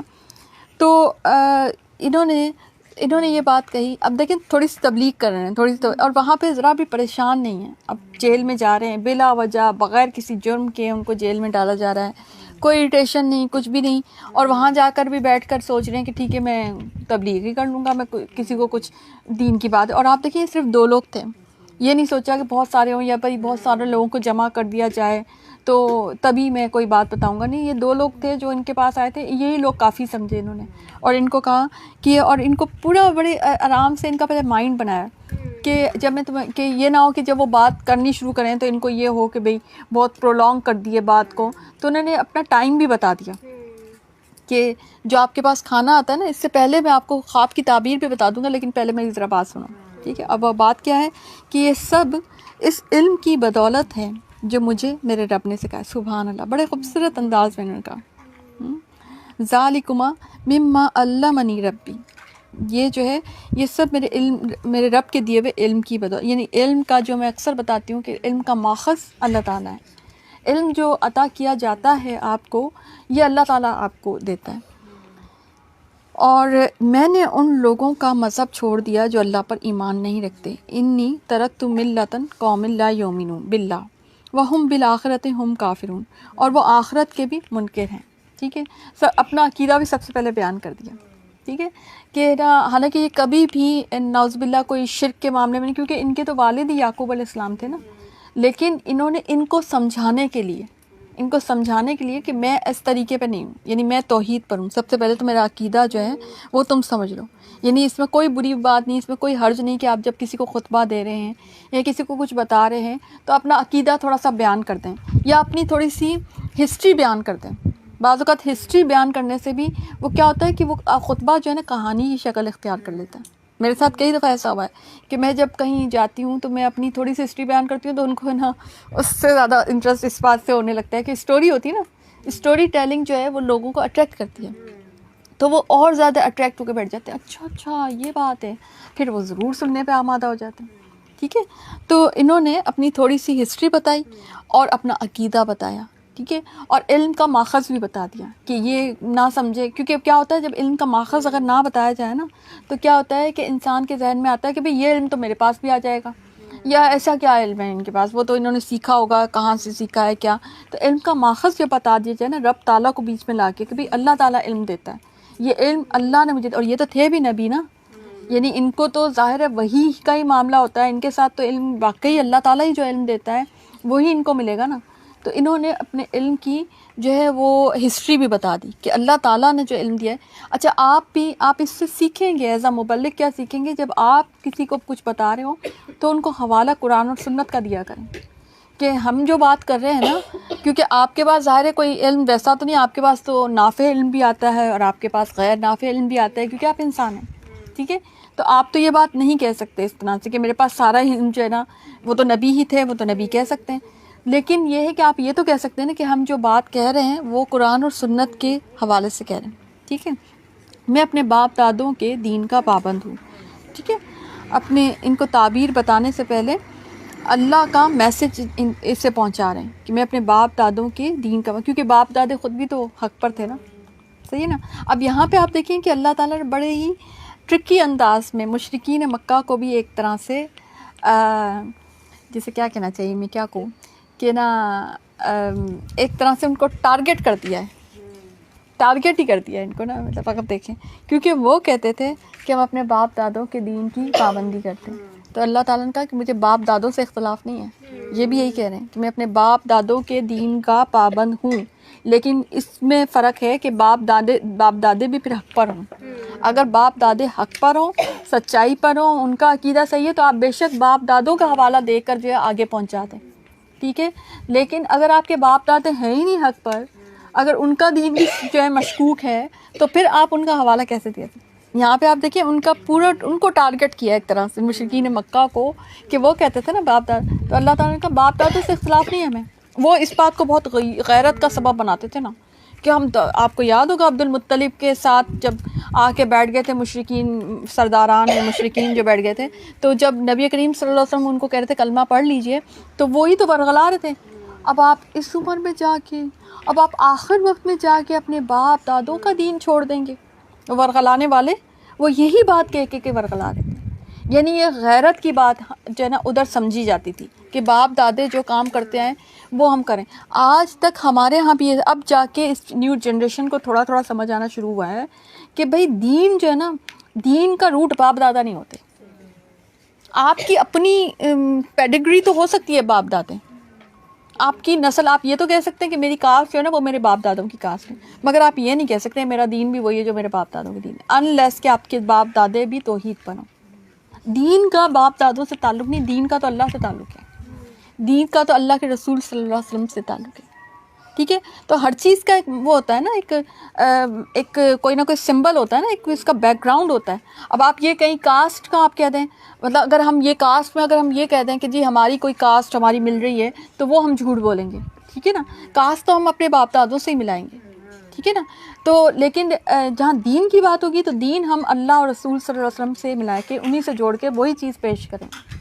تو ہمیں اپنی لمیٹیشنس بھی بتا دی اس میں کہ باپ دادے جو ہے نا وہ آپ کے دین کے بیچ میں حائل نہیں ہونے چاہیے. ٹھیک ہے، اور وہ باپ دادے کون تھے؟ حضرت ابراہیم علیہ السلام، اسحاق علیہ السلام اور یعقوب علیہ السلام. باپ دادے کیسے شاندار تھے. ہمیں ہرگز یہ سزاوار نہیں کہ ہم اللہ تعالیٰ کے ساتھ کسی کو بھی شریک کریں. ہم پر اور تمام لوگوں پر اور اللہ تعالیٰ کا یہ خاص فضل ہے، لیکن اکثر لوگ ناشکری کرتے ہیں. یعنی کہ اگر ہم توحید کی طرف آ جائیں تو توحید جو ہے اللہ کا فضل ہے، اور شرک جو ہے نا اللہ کو ناپسند ہے. ٹھیک ہے، اب یہ اگر آپ دیکھیں نا تو یہ بندہ جو تھا اور اس زمانے میں توحید نہیں تھی. ٹھیک ہے، تو ہو سکتا ہے کہ یہ جو دو بندے ہوں یہ شرک پہ ہی ہوں. ٹھیک ہے، لیکن انہوں نے ڈائریکٹ جو ہے ان کو بتا دیا کہ آپ کی جو ہے نا، مطلب یہ ان کا کیونکہ دین کچھ آیا نہیں ہے نا، اور ظاہر ہے اس کے بعد دین کی تبلیغ اگر اس زمانے میں دیکھیں تو شرک پھیلا ہوا تھا. ٹھیک ہے نا، تو ان کا اپنا کوئی دین نہیں آیا، لیکن اس کو ڈسکس ہی نہیں کیا گیا. جس کا اپنا کچھ بھی بیک گراؤنڈ کا دین ہے، آپ جب تعلیم دیں گے تو پھر توحید کی دیں گے، اور آپ اس کو مطلب آپ اس کو ایڈریس کریں گے فوری طور پہ توحید کی طرف لے کے آئیں گے. ٹھیک ہے، اور جس کا جو بھی دین ہے وہ صحیح نہیں ہے. ٹھیک ہے نا، دین توحید کا ہی مانا جائے گا. ٹھیک ہے، اے میرے قید خانے کے ساتھیوں، اب کتنا خوبصورت انداز میں کہا، یا صاحب السجن، کیا متفرق کئی پروردگار بہتر ہیں یا ایک اللہ زبردست طاقتور. سبحان اللہ، بہت ہی خوبصورت. ارباب متفرقون، رب کی جمع ہے نا ارباب، کہ بہت سارے رب متفرق جو کہ کمزور ہوں، وہ زیادہ بہتر ہے یا اللہ الواحد القہار. سبحان اللہ، کہ زبردست. یہاں پہ جو اللہ کی صفت بھی اس کی نا زبردست ہے، کہ ایک تو اس کی واحد اسی کی صفت ہے، اور قہار زبردست کے لیے ہوتا ہے، زبردست جو اپنی ہر چیز کرنے پہ قادر ہوتا ہے. جو مشرک ہوتے ہیں نا، جو شرک چیزیں ہوتی ہیں، جو شرکیہ جو جن کو پوجا جاتا ہے، وہ کچھ بھی کرنے کے قادر نہیں ہوتے. تو صفت بڑی خوبصورت استعمال ہوئی ہے یہاں پہ. قہار جو ہوتا ہے وہ اپنے آپ میں ہی سب کچھ کرنے کی طاقت رکھتا ہے. انتہائی طاقتور کے لیے، انتہائی قوت والے رب کے لیے استعمال ہوتا ہے لفظ قہار. ٹھیک ہے. تو انہوں نے کہا کہ تم، کیونکہ دیکھیں بڑے خوبصورت انداز میں کہ اگر کمزور تم رب کو پوجا کرو گے جو کہ تمہارے اگر شرک میں ہے تو پھر تم خود بھی کمزور ہی رہو گے. لیکن اگر تم طاقتور رب جو کہ ایک رب ہے، وہ سچا رب ہے، اس کی عبادت کرو گے تو اس کی طاقت تمہارے تک بھی آئے گی، وہ تمہیں بھی طاقتور کر دے گا. ٹھیک ہے نا. جو رب تعالیٰ ہے نا، جب اس کا بندہ جو مومن ہوتا ہے نا، وہ اس کو بھی، کیونکہ دعا کے ذریعے سے، آزمائشوں کے بعد جب آپ سرخرو ہو جاتے ہیں تو اس کے ذریعے سے آپ کے پاس اتنے سارے اور بھی ہتھیار اللہ تعالیٰ نے دے رکھے ہیں کہ آپ پاورفل ہوتے ہیں. اس دنیا میں رہتے ہوئے نا مومن سب سے زیادہ پاورفل ہوتا ہے، کوئی اور دین والا پاورفل نہیں ہوتا. آپ دیکھیں نا، آپ کب بند گلی میں جا کے کھڑے ہوتے ہیں، آپ کو زندگی میں آپ ڈاکٹر جواب دے دیں، کچھ ہی کر دیں، سب کچھ ہو جائے تو بھی آپ کے اندر دعا کا دروازہ کھلا. اللہ جواب نہیں دیتا. اللہ نے کہا بھی نہیں کہ میں جواب دیتا. اللہ نے تو اتنی بڑی بات کہہ رکھی ہے کہ جب تک کہ تمہاری موت نہیں آتی ہے، سکرات الموت سے پہلے اگر کوئی توبہ بھی کر لیتا ہے اپنے اس تمام تر گناہوں کی، یعنی جتنی پوری زندگی اگر گناہ میں لتھڑی ہوئی ہے، اگر اس کی بھی توبہ کر لیتا ہے تو میں توبہ قبول کر لیتا ہوں. تو دعا کی قبولیت کا تو پھر کیا ہی عنصر ہوگا. ٹھیک ہے نا. تو یہ بات سمجھ میں آئی آپ کو کہ وہ رب کتنا طاقتور ہے اور کتنا آپ کو کبھی بھی آپ کو نا امید یا مایوس نہیں ہونے دیتا. اور واقعی بعض اوقات عین جو ہے نا 90 ڈگری سے آپ کی زندگی بدل جاتی ہے. میں نے تو لوگوں کو دیکھا ایسے بدلتے ہوئے. آپ خود اپنے اندر جھانک لیں. آپ پہلے شاید اتنے دین کی طرف نہ ہوں، اب اللہ تعالیٰ نے آپ کے دل پھیر دیے، آپ کو جہالت اچھی نہیں لگتی ہے نا. تو اس کے سوا تم جن کی پوجا پاٹ کر رہے ہو سب نام کے نام ہی، یعنی کہ وہ جو ہے نام ہی نام ہے، ان کی کوئی اصل نہیں ہے. اور جو تم نے اور تمہارے باپ دادوں نے خود ہی گھڑ لی ہیں، یعنی ان کی کوئی سمیتموہا، تم نے خود ہی اس کو نام دے دیا ہے. انتم و آباؤکم ما انزل اللہ بیہا من سلطان، ان کے ساتھ اللہ تعالیٰ نے کوئی دلیل، سلطان کہتے ہیں دلیل کو، کوئی دلیل جو ہے نا وہ مقرر نہیں کی ہے، ان کے پاس کوئی دلیل نہیں ہے. ان الحکم الا للہ، اور جو حکم جو ہے، فیصلہ جو ہے، فرما روائی جو ہے، وہ صرف اور صرف اللہ کے لیے. ٹھیک ہے. اسی کا فرمان ہے کہ تم سب سوائے اس کے اور کسی کی عبادت نہ کرو، یہی دین درست ہے، لیکن اکثر لوگ نہیں جانتے. ٹھیک ہے. اب یہ کتنا جسے کہتے ہیں کہ دل پہ اثر ڈالنے والے چھوٹا سا خطبہ، یہ پورا خطبہ ہے، پورا خطبہ پوری دلیل کے ساتھ بات بیان کر دی 3-4 لائنوں میں. ہم بھی کر سکتے ہیں. کسی کے پاس ملنے جا رہے ہیں، کسی کو کچھ مطلب ویسے کسی آپ دنیاوی وزٹ پہ ہیں، کسی کے پاس عیادت کرنے جا رہے ہیں، کسی کی تعزیت کرنے جا رہے ہیں، اور آپ چھوٹا سا یہ خطبہ تو پیش کر ہی سکتے ہیں. اور اسپیشلی اس وقت جب کوئی مشکل میں، اس وقت دل ویسے بھی نرم ہوتا ہے، تو ان کو کہیں کہ آپ کی مشکل، آج وہ چلا گیا، آج کل آپ بھی چلے جائیں گے، تو اللہ کے لیے کچھ، آپ اللہ کے لیے کوئی کام آپ نے کیا ہے اور آپ اللہ کی طرف جھکیں. کوئی زندگی میں مشکل آئے تو ان کو سمجھائیں کہ دیکھو یہ مشکل اس لیے بھی آئی کہ ہو سکتا ہے کہ تمہاری کوئی غلطی ہو تو تم اللہ کے سامنے معافی مانگ لو. تو یہ چھوٹے چھوٹے سے خطبے ہوتے ہیں جو آپ عام آئلی زندگی میں ایک دوسرے کو دے سکتے ہیں. صحابہ کرام ایسے ہی کرتے تھے. ان کی جو باتیں ہوتی تھیں وہ دنیاوی باتیں نہیں ہوتی تھیں. جب ہم دنیاوی اثر و رسوخ سے نکل جاتے ہیں نا، جب ہم دنیاوی کلچر سے نکلتے ہیں نا، تو ہمیں سوجتی ہیں یہ دین کی باتیں. ادروائز ہم دنیاوی جب ہوتے ہیں نا تو ہم دنیاوی باتیں کر کے، وہیں غیبتیں کر کے، اس نے کپڑے کیسے پہنے تھے، اس نے یہ کیسے کیا تھا، اس نے وہ کیسے، وہی باتیں کر کے واپس آ جاتے ہیں، اور کوئی دین کا کام کر کے نہیں، کیونکہ ہم خود دنیاوی باتوں میں لگے ہوئے ہوتے ہیں. ٹھیک ہے نا. تو یہ بڑا امپورٹنٹ ہے کہ ہمارا موٹو کیا ہے اور ہمارا لائف سٹائل کیسا ہے. تو پھر اس کے بعد کہتے ہیں، اب ان کو تعبیر بتا رہے ہیں، اے میرے قید خانے کے ساتھیوں، تم دونوں میں سے ایک تو اپنے بادشاہ کو شراب پلانے پہ مقرر ہو جائے گا، لیکن دوسرا سولی پر چڑھایا جائے گا اور پرندے اس کا سر نوچ نوچ کے کھائیں گے. تم دونوں جس کے بارے میں تحقیق کر رہے تھے اس کام کا اب فیصلہ کر دیا گیا، کیونکہ اب آپ نے خواب کی تعبیر کر لی. ٹھیک ہے نا. تو حدیث میں نا کہ جب تک خواب کی تعبیر نہ کی جائے پرندے کے پاؤں میں، جب اس کی تعبیر کر دی جائے تو وہ واقعہ ہو جاتا ہے. ٹھیک ہے نا. تو اب آپ دیکھیں کہ اس میں 2 لوگ تھے نا، تو ان کو یہ نہیں بتایا کہ کون سا کیا کرے گا. ٹھیک ہے. بس یہ بتایا کہ اتنا سا وہ دیا ہے تاکہ نا امیدی نہ آئے. ٹھیک ہے. لیکن ایک چیز کہ جس کی نسبت یوسف علیہ السلام کو گمان تھا کہ ان دونوں میں سے یہ چھوٹ جائے گا، اس کو کہا.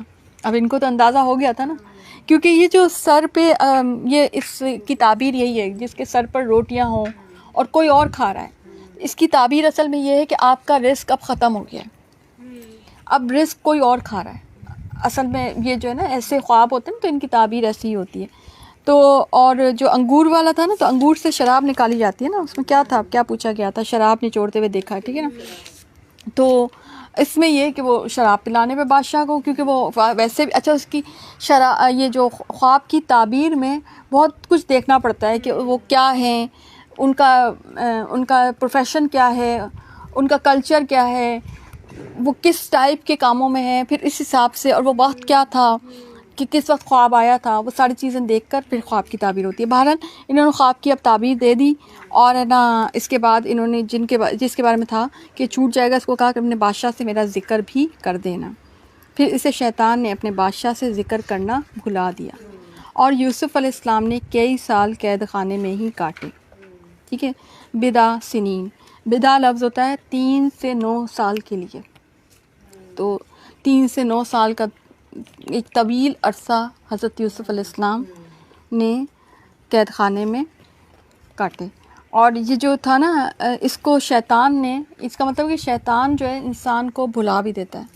اور اس کا ایک اور بات کہ اگر انسان، کیونکہ یہاں پہ دیکھیں ایک اور چیز آپ دیکھیں گے کہ معاشرے نے قید خانے میں ڈال دیا تھا. اب یہ نیچے لیول تک، عزیز مصر تو نیچے لیول کا تھا نا، مگر بادشاہ تک یہ رپورٹ نہیں تھی حضرت یوسف علیہ السلام کی.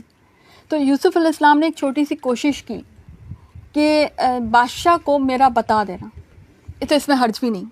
ٹھیک ہے نا، کہ بادشاہ یعنی کہ اس سے بڑے لیول پہ جا کے بات کرنے کی، یعنی انہوں نے سوچا. اب وہ کیا کرنا تھا ان کو، وہ تو بات وہاں پہ ہوئی نہیں، کیونکہ اللہ تعالیٰ کی نزدیک کچھ اور بہتر ہونا تھا نا، وہ اس سے بھی زیادہ بہتر کنڈیشن پہ آنی تھی بات. ٹھیک ہے نا. تو بعض اوقات ایسا ہوتا ہے کہ شیطان ہمارے لیے نقصان کا سبب ہوتا ہے، لیکن وہ اپنے تئیں ہمارا فائدہ کر جاتا ہے. ٹھیک ہے نا. یعنی اس نے سوچا کہ بھئی ابھی نکل جائیں گے، تو ابھی ان کا نکلنا ویسے بھی بہتر نہیں تھا. ٹھیک ہے. یا ان کا کوئی اور معاملہ ہوتا، یا وہ قید سے نکل جاتے، یا کچھ اور معاملہ ہوتا، یا وہ واپس چلے جاتے، تو وہ اس طرح سے مناسب ان کے لیے بھی بہتر نہیں تھا. اچھا، تو پھر اس کا مطلب ہے کہ شیطان پر بھی اللہ کا ہی معاملہ چلتا ہے. یعنی یہ جو شیطان اور جن ہوتے نا، ان سے ڈرنا نہیں چاہیے. ان کو ہیں کچھ تھوڑی سی بہت طاقت ہے، مگر ان کی طاقت جو ہے نا وہ اللہ کی طاقت سے بڑھ کر نہیں ہے. ٹھیک ہے. اب شیطان نے اپنا ہتھ کنڈا استعمال کیا، وہ اتنا ہی ہتھ کنڈا کرتا ہے، وہ بلا دیتا ہے. ٹھیک ہے. مگر اس سے اوپر ایک رب بیٹھا ہوا تھا، سمجھے آپ. تو اس رب نے بھی یہی چاہا کہ بھئی ٹھیک ہے، ابھی بلا دینے میں کوئی حرج نہیں ہے، کیونکہ ابھی ایک اور معاملہ آپ پڑھیں نا.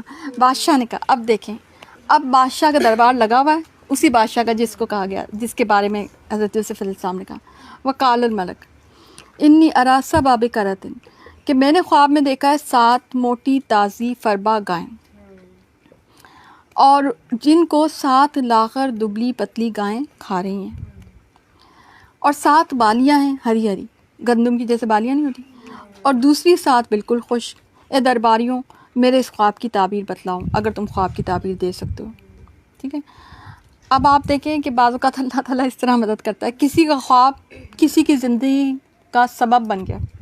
اب بادشاہ کو خواب اب دیکھیں یہ سب اللہ تعالیٰ، یہ جو یعنی میں کہتی ہوں یہ جو ڈنڈیاں ہیں نا، یہ جو جیسے کٹ پتلیوں کی جیسے نہیں ہوتی، وہ جو کیا کہتے ہیں ان کو، ڈنڈیاں ہی کہتے ہیں، ڈوریاں. ہاں، ڈوریاں جو ہے نا، یہ سب اوپر سے ہل رہی ہوتی ہیں. سبحان اللہ. اب اللہ تعالیٰ نے اب وقت آ گیا تھا ان کو نکالنا تھا، اور لیکن الگ طریقے سے نکالنا تھا. تو اب اللہ تعالیٰ نے بادشاہ کو ایک خواب دکھایا.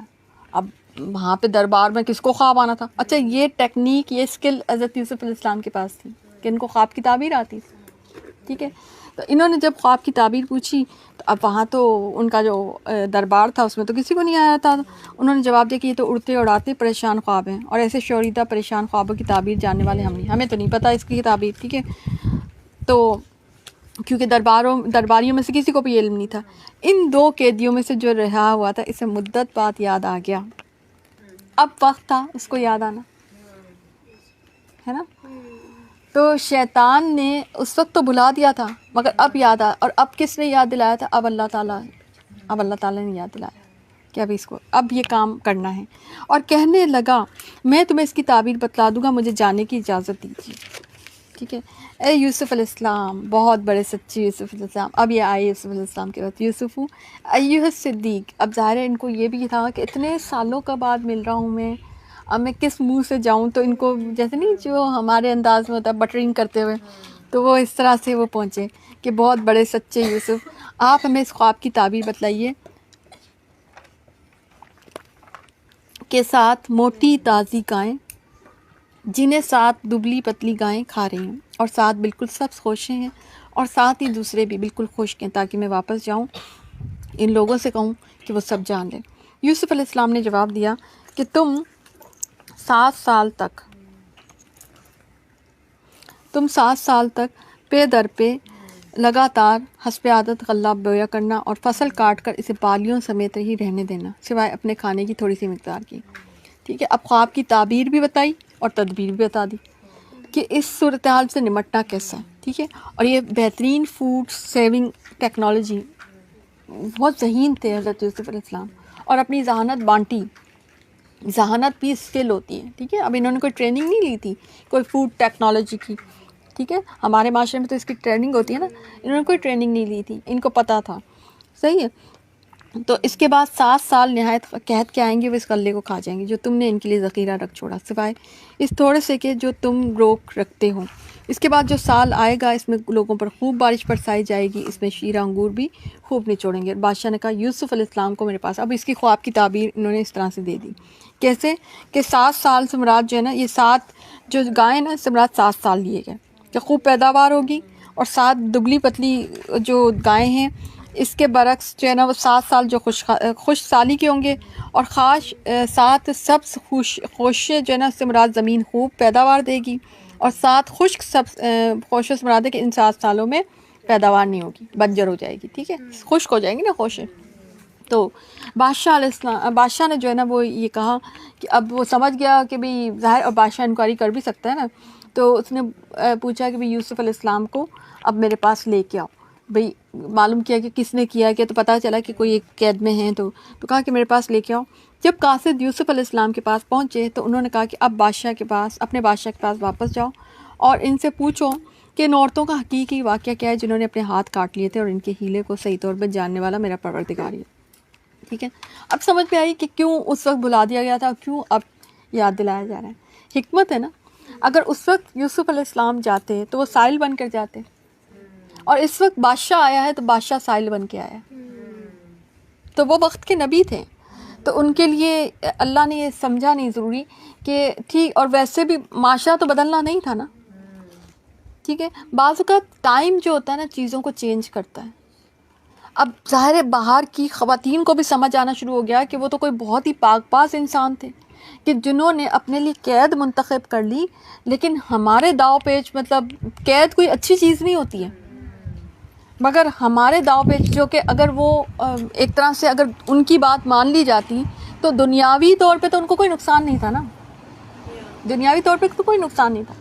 تو وہ خواتین کی بھی اب جو ہے عقل میں سمجھ میں آنی شروع ہو گئی کہ وہ کوئی بہت، اور پورے معاشرے میں یہ بات جو ہے نا ایک طرح سے ان کی نیک نامی کا چرچا ہونے لگ گیا ہے کہ وہ ایک شخص تھا جو قید میں بیٹھا ہوا ہے، لیکن اس نے یہ پسند نہیں کیا کہ میں جو معاشرے میں جو چیز چل رہی ہے میں اس کا ساتھ جو ہے بن جاؤں، یا اس کے اسی جو ہے نا ریلے میں بہہ جاؤں، یا پریویلنگ جو کلچر ہے اس کا میں بھی حصہ بن جاؤں.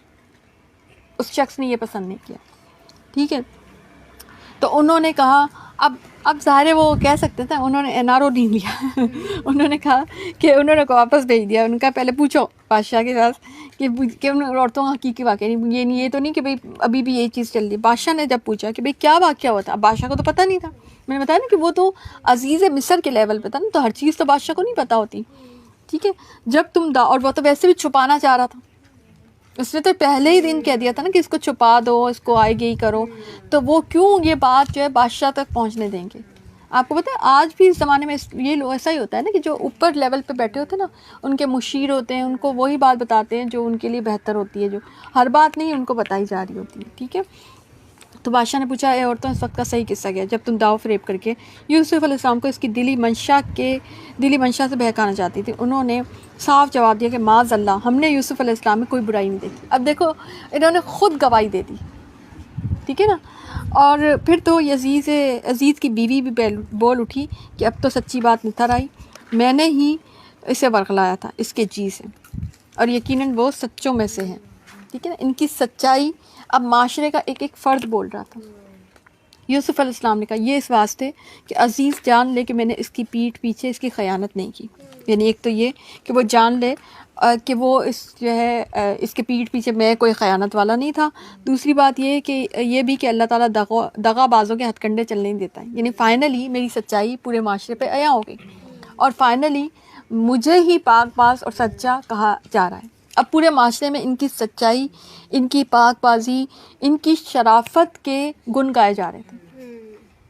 یہ سمجھ میں آئی بات؟ کتنی خوبصورت بات ہے نا کہ وہ معاشرہ جو ان کو تباہ کرنے کے در پہ تھا، آج وہی معاشرہ. دل بدلتے ہیں، زندگیاں بدلتی ہیں. یہ یاد رکھیں. ہم لوگ ہیں نا جس معاشرے میں رہتے ہیں نا، ہم یہ سمجھتے ہیں کہ نہیں بس اب یہ ایسے یہ چیز یہ ایسے رہے گی. نہیں، دل اللہ کے ہاتھ میں ہے. اب آپ دیکھیں ان مجرموں کے، یہ مجرمین خواتین تھیں. میں تھوڑی سی چائے ختم کر لیتی ہوں. کوئی پوائنٹ آپ بولنا چاہیں بول سکتے ہیں کہ مجرم ہاں کچھ بولنا ہے آپ کو؟ کون بولنا چاہتا ہے؟ چلے میں ہی بتاتی ہوں. مجرم خواتین تھیں مگر ان کا پوائنٹ آف ویو بدل گیا. جب ہم کسی مشکل سے گزر رہے ہوتے ہیں، کسی آزمائش سے گزر رہے ہوتے ہیں، تو ہمیں ہر چیز جو ہے نا بند اور اندھیری لگ رہی ہوتی ہے. ہم سمجھتے ہیں کہ یہ چیز چینج نہیں ہو سکتی، اس میں کچھ بھی اب جو ہے نا اچھائی نہیں آ سکتی. ہم نا امید ہو کے بیٹھے ہوتے ہیں. تو یہاں سے ہم نے یہ سیکھا کہ اللہ کی کارکردگی سے نا امید نہیں ہونا چاہیے. اور یہاں پہ آپ دیکھیں، اچھا ہم بعض اوقات نا امید اس لیے ہوتے ہیں کیونکہ انسانی احوال ہمارے ساتھ ہوتے ہیں. ہم انسانوں سے ہمیں اگر ہمیں کہا جائے نا کہ یہ بدل جائے گا، یہ سڑک بن جائے گی، ہم اس سے تو ہوتے ہیں ہاں کبھی نہ کبھی. لیکن جب انسان کی بات آتی ہے نا، اور انتہائی قریبی انسان کی اگر کوئی بات ہے نا، تو ہمیں لگتا ہے یہ کبھی چینج نہیں ہوگا، یہ کبھی نہیں بدل سکتا، اس میں کوئی جو ہے نا خوبی نہیں آ سکتی. مگر آپ یہاں سے دیکھ رہے ہیں کہ ان کی کوئی رشتہ دار بھی نہیں تھی. ٹھیک ہے. لیکن اس کے باوجود ان کے دل بدل گئے، ان کی رائے بدل گئی. ایک عام جو رائے عامہ جو ہوتی ہے نا، وہ بدلنا آسان بات نہیں ہوتی ہے. تو یہ پوری رائے عامہ بدل گئی ہے حضرت یوسف علیہ السلام کے. ہاں یوسف علیہ السلام کے واقعے سے ایک بہت واضح پوائنٹ یہ بھی نظر آتا ہے کہ ان کی زندگی کا ہر بڑا سفر قید سے شروع ہوا تھا. کنویں سے شروع ہوا ان کا مصر جانے کا سفر، پھر قید سے شروع ہوا ان کا بادشاہ بننے کا سفر. انہوں نے ہر قید کو ایکسیپٹ کیا، بہت کام ہو گیا. بہت زبردست بات. یہ بھی کہہ سکتے ہیں کہ سب سے بہترین حکمت ہے ان کی خاموشی ہے. ہاں چیزوں کو ٹائم دینا چاہیے، وقت دینا چاہیے. اس سے چیزیں خود بخود بدلتی بھی ہیں. کچھ چیزوں کو وقت دینا چاہیے تاکہ وقت دینے سے چیزوں میں بہت زیادہ تبدیلی آتی ہے. بالکل ایکسیلنٹ. دونوں پوائنٹ بہت اچھے ہیں. ان کا یہ پوائنٹ آپ نے سن لیا. ہاں یس ماشاء اللہ، تینوں بہت زبردست پوائنٹ، بہت اچھے پوائنٹ تینوں جو ہے. لائیو والوں نے اگر نہیں سنے تو بتاتی ہوں. ایک پوائنٹ یہ ہے کہ انہوں نے کہا کہ نا ایک تو کہ سچائی والا، کہ سچے انسان کی سچائی جو ہے بہرحال سامنے آتی ہے. اور یہ کہ بعض اوقات ہماری زندگی کی خیر جو ہے نا وہ قید سے شروع ہونے والی ہوتی ہے. ہم جس قید کو ناپسند کر رہے ہوتے ہیں نا، اسی قید میں ہمارے لیے خیر ہوتی ہے. ٹھیک ہے نا. اور تیسرا پوائنٹ یہ کہ چیزوں کو، معاملات کو، ایون انسانوں کو وقت دینا چاہیے. ٹھیک ہے. تو وقت جب دیتا ہے نا انسان، تو اور وقت وہ خاموشی والا وقت، شکوہ شکایت والا نہیں. ہم وقت دے بھی دیتے ہیں مگر اس کے ساتھ شکوہ شکایت بھی لگی ہوئی ہوتی ہے، تو پھر اس میں کوئی چینج نہیں آتی. ٹھیک ہے نا. اگر خاموشی، اسی کو صبر بھی کہا جاتا ہے. ٹھیک ہے نا. تو ان کی اور حالانکہ آج کی دنیا میں اگر ہم دیکھیں تو قید کو کسی بھی معاشرے میں اچھا نہیں سمجھا جاتا، مگر ان کی زندگی کا ہر خیر کا کام جو ہے نا قید سے شروع ہو رہا ہے. جب وہ قید میں نہیں ہے تو نا پریشانی کا شکار ہیں. اور جب قید میں ہے تو عافیت میں ہے. یہ آپ نے نوٹس کیا؟ ادھر اپنے ابا کے گھر میں ہے تو قید میں نہیں ہے. بظاہر بڑی لیوش لائف، اچھی لائف ہے، لیکن بہت پرخطر لائف ہے، مشکل لائف ہے. اور قید میں ہے، کنویں میں بیٹھے ہوئے ہیں آرام سے. اسی طرح سے عزیز مصر کے گھر ویسے بڑی لیوش لائف. ایک وزیر کے گھر میں رہنا تو ظاہر ہے ہر طرح کی فیسلٹیز ان کو، لیکن اپنے ایمان اور اپنی عزت کے لیے حساب سے پرخطر لائف. تو پھر دوبارہ جب قید میں گئے تو وہ عافیت میں. تو بعض اوقات قید جو ہوتی ہے نا وہ عافیت ہوتی ہے.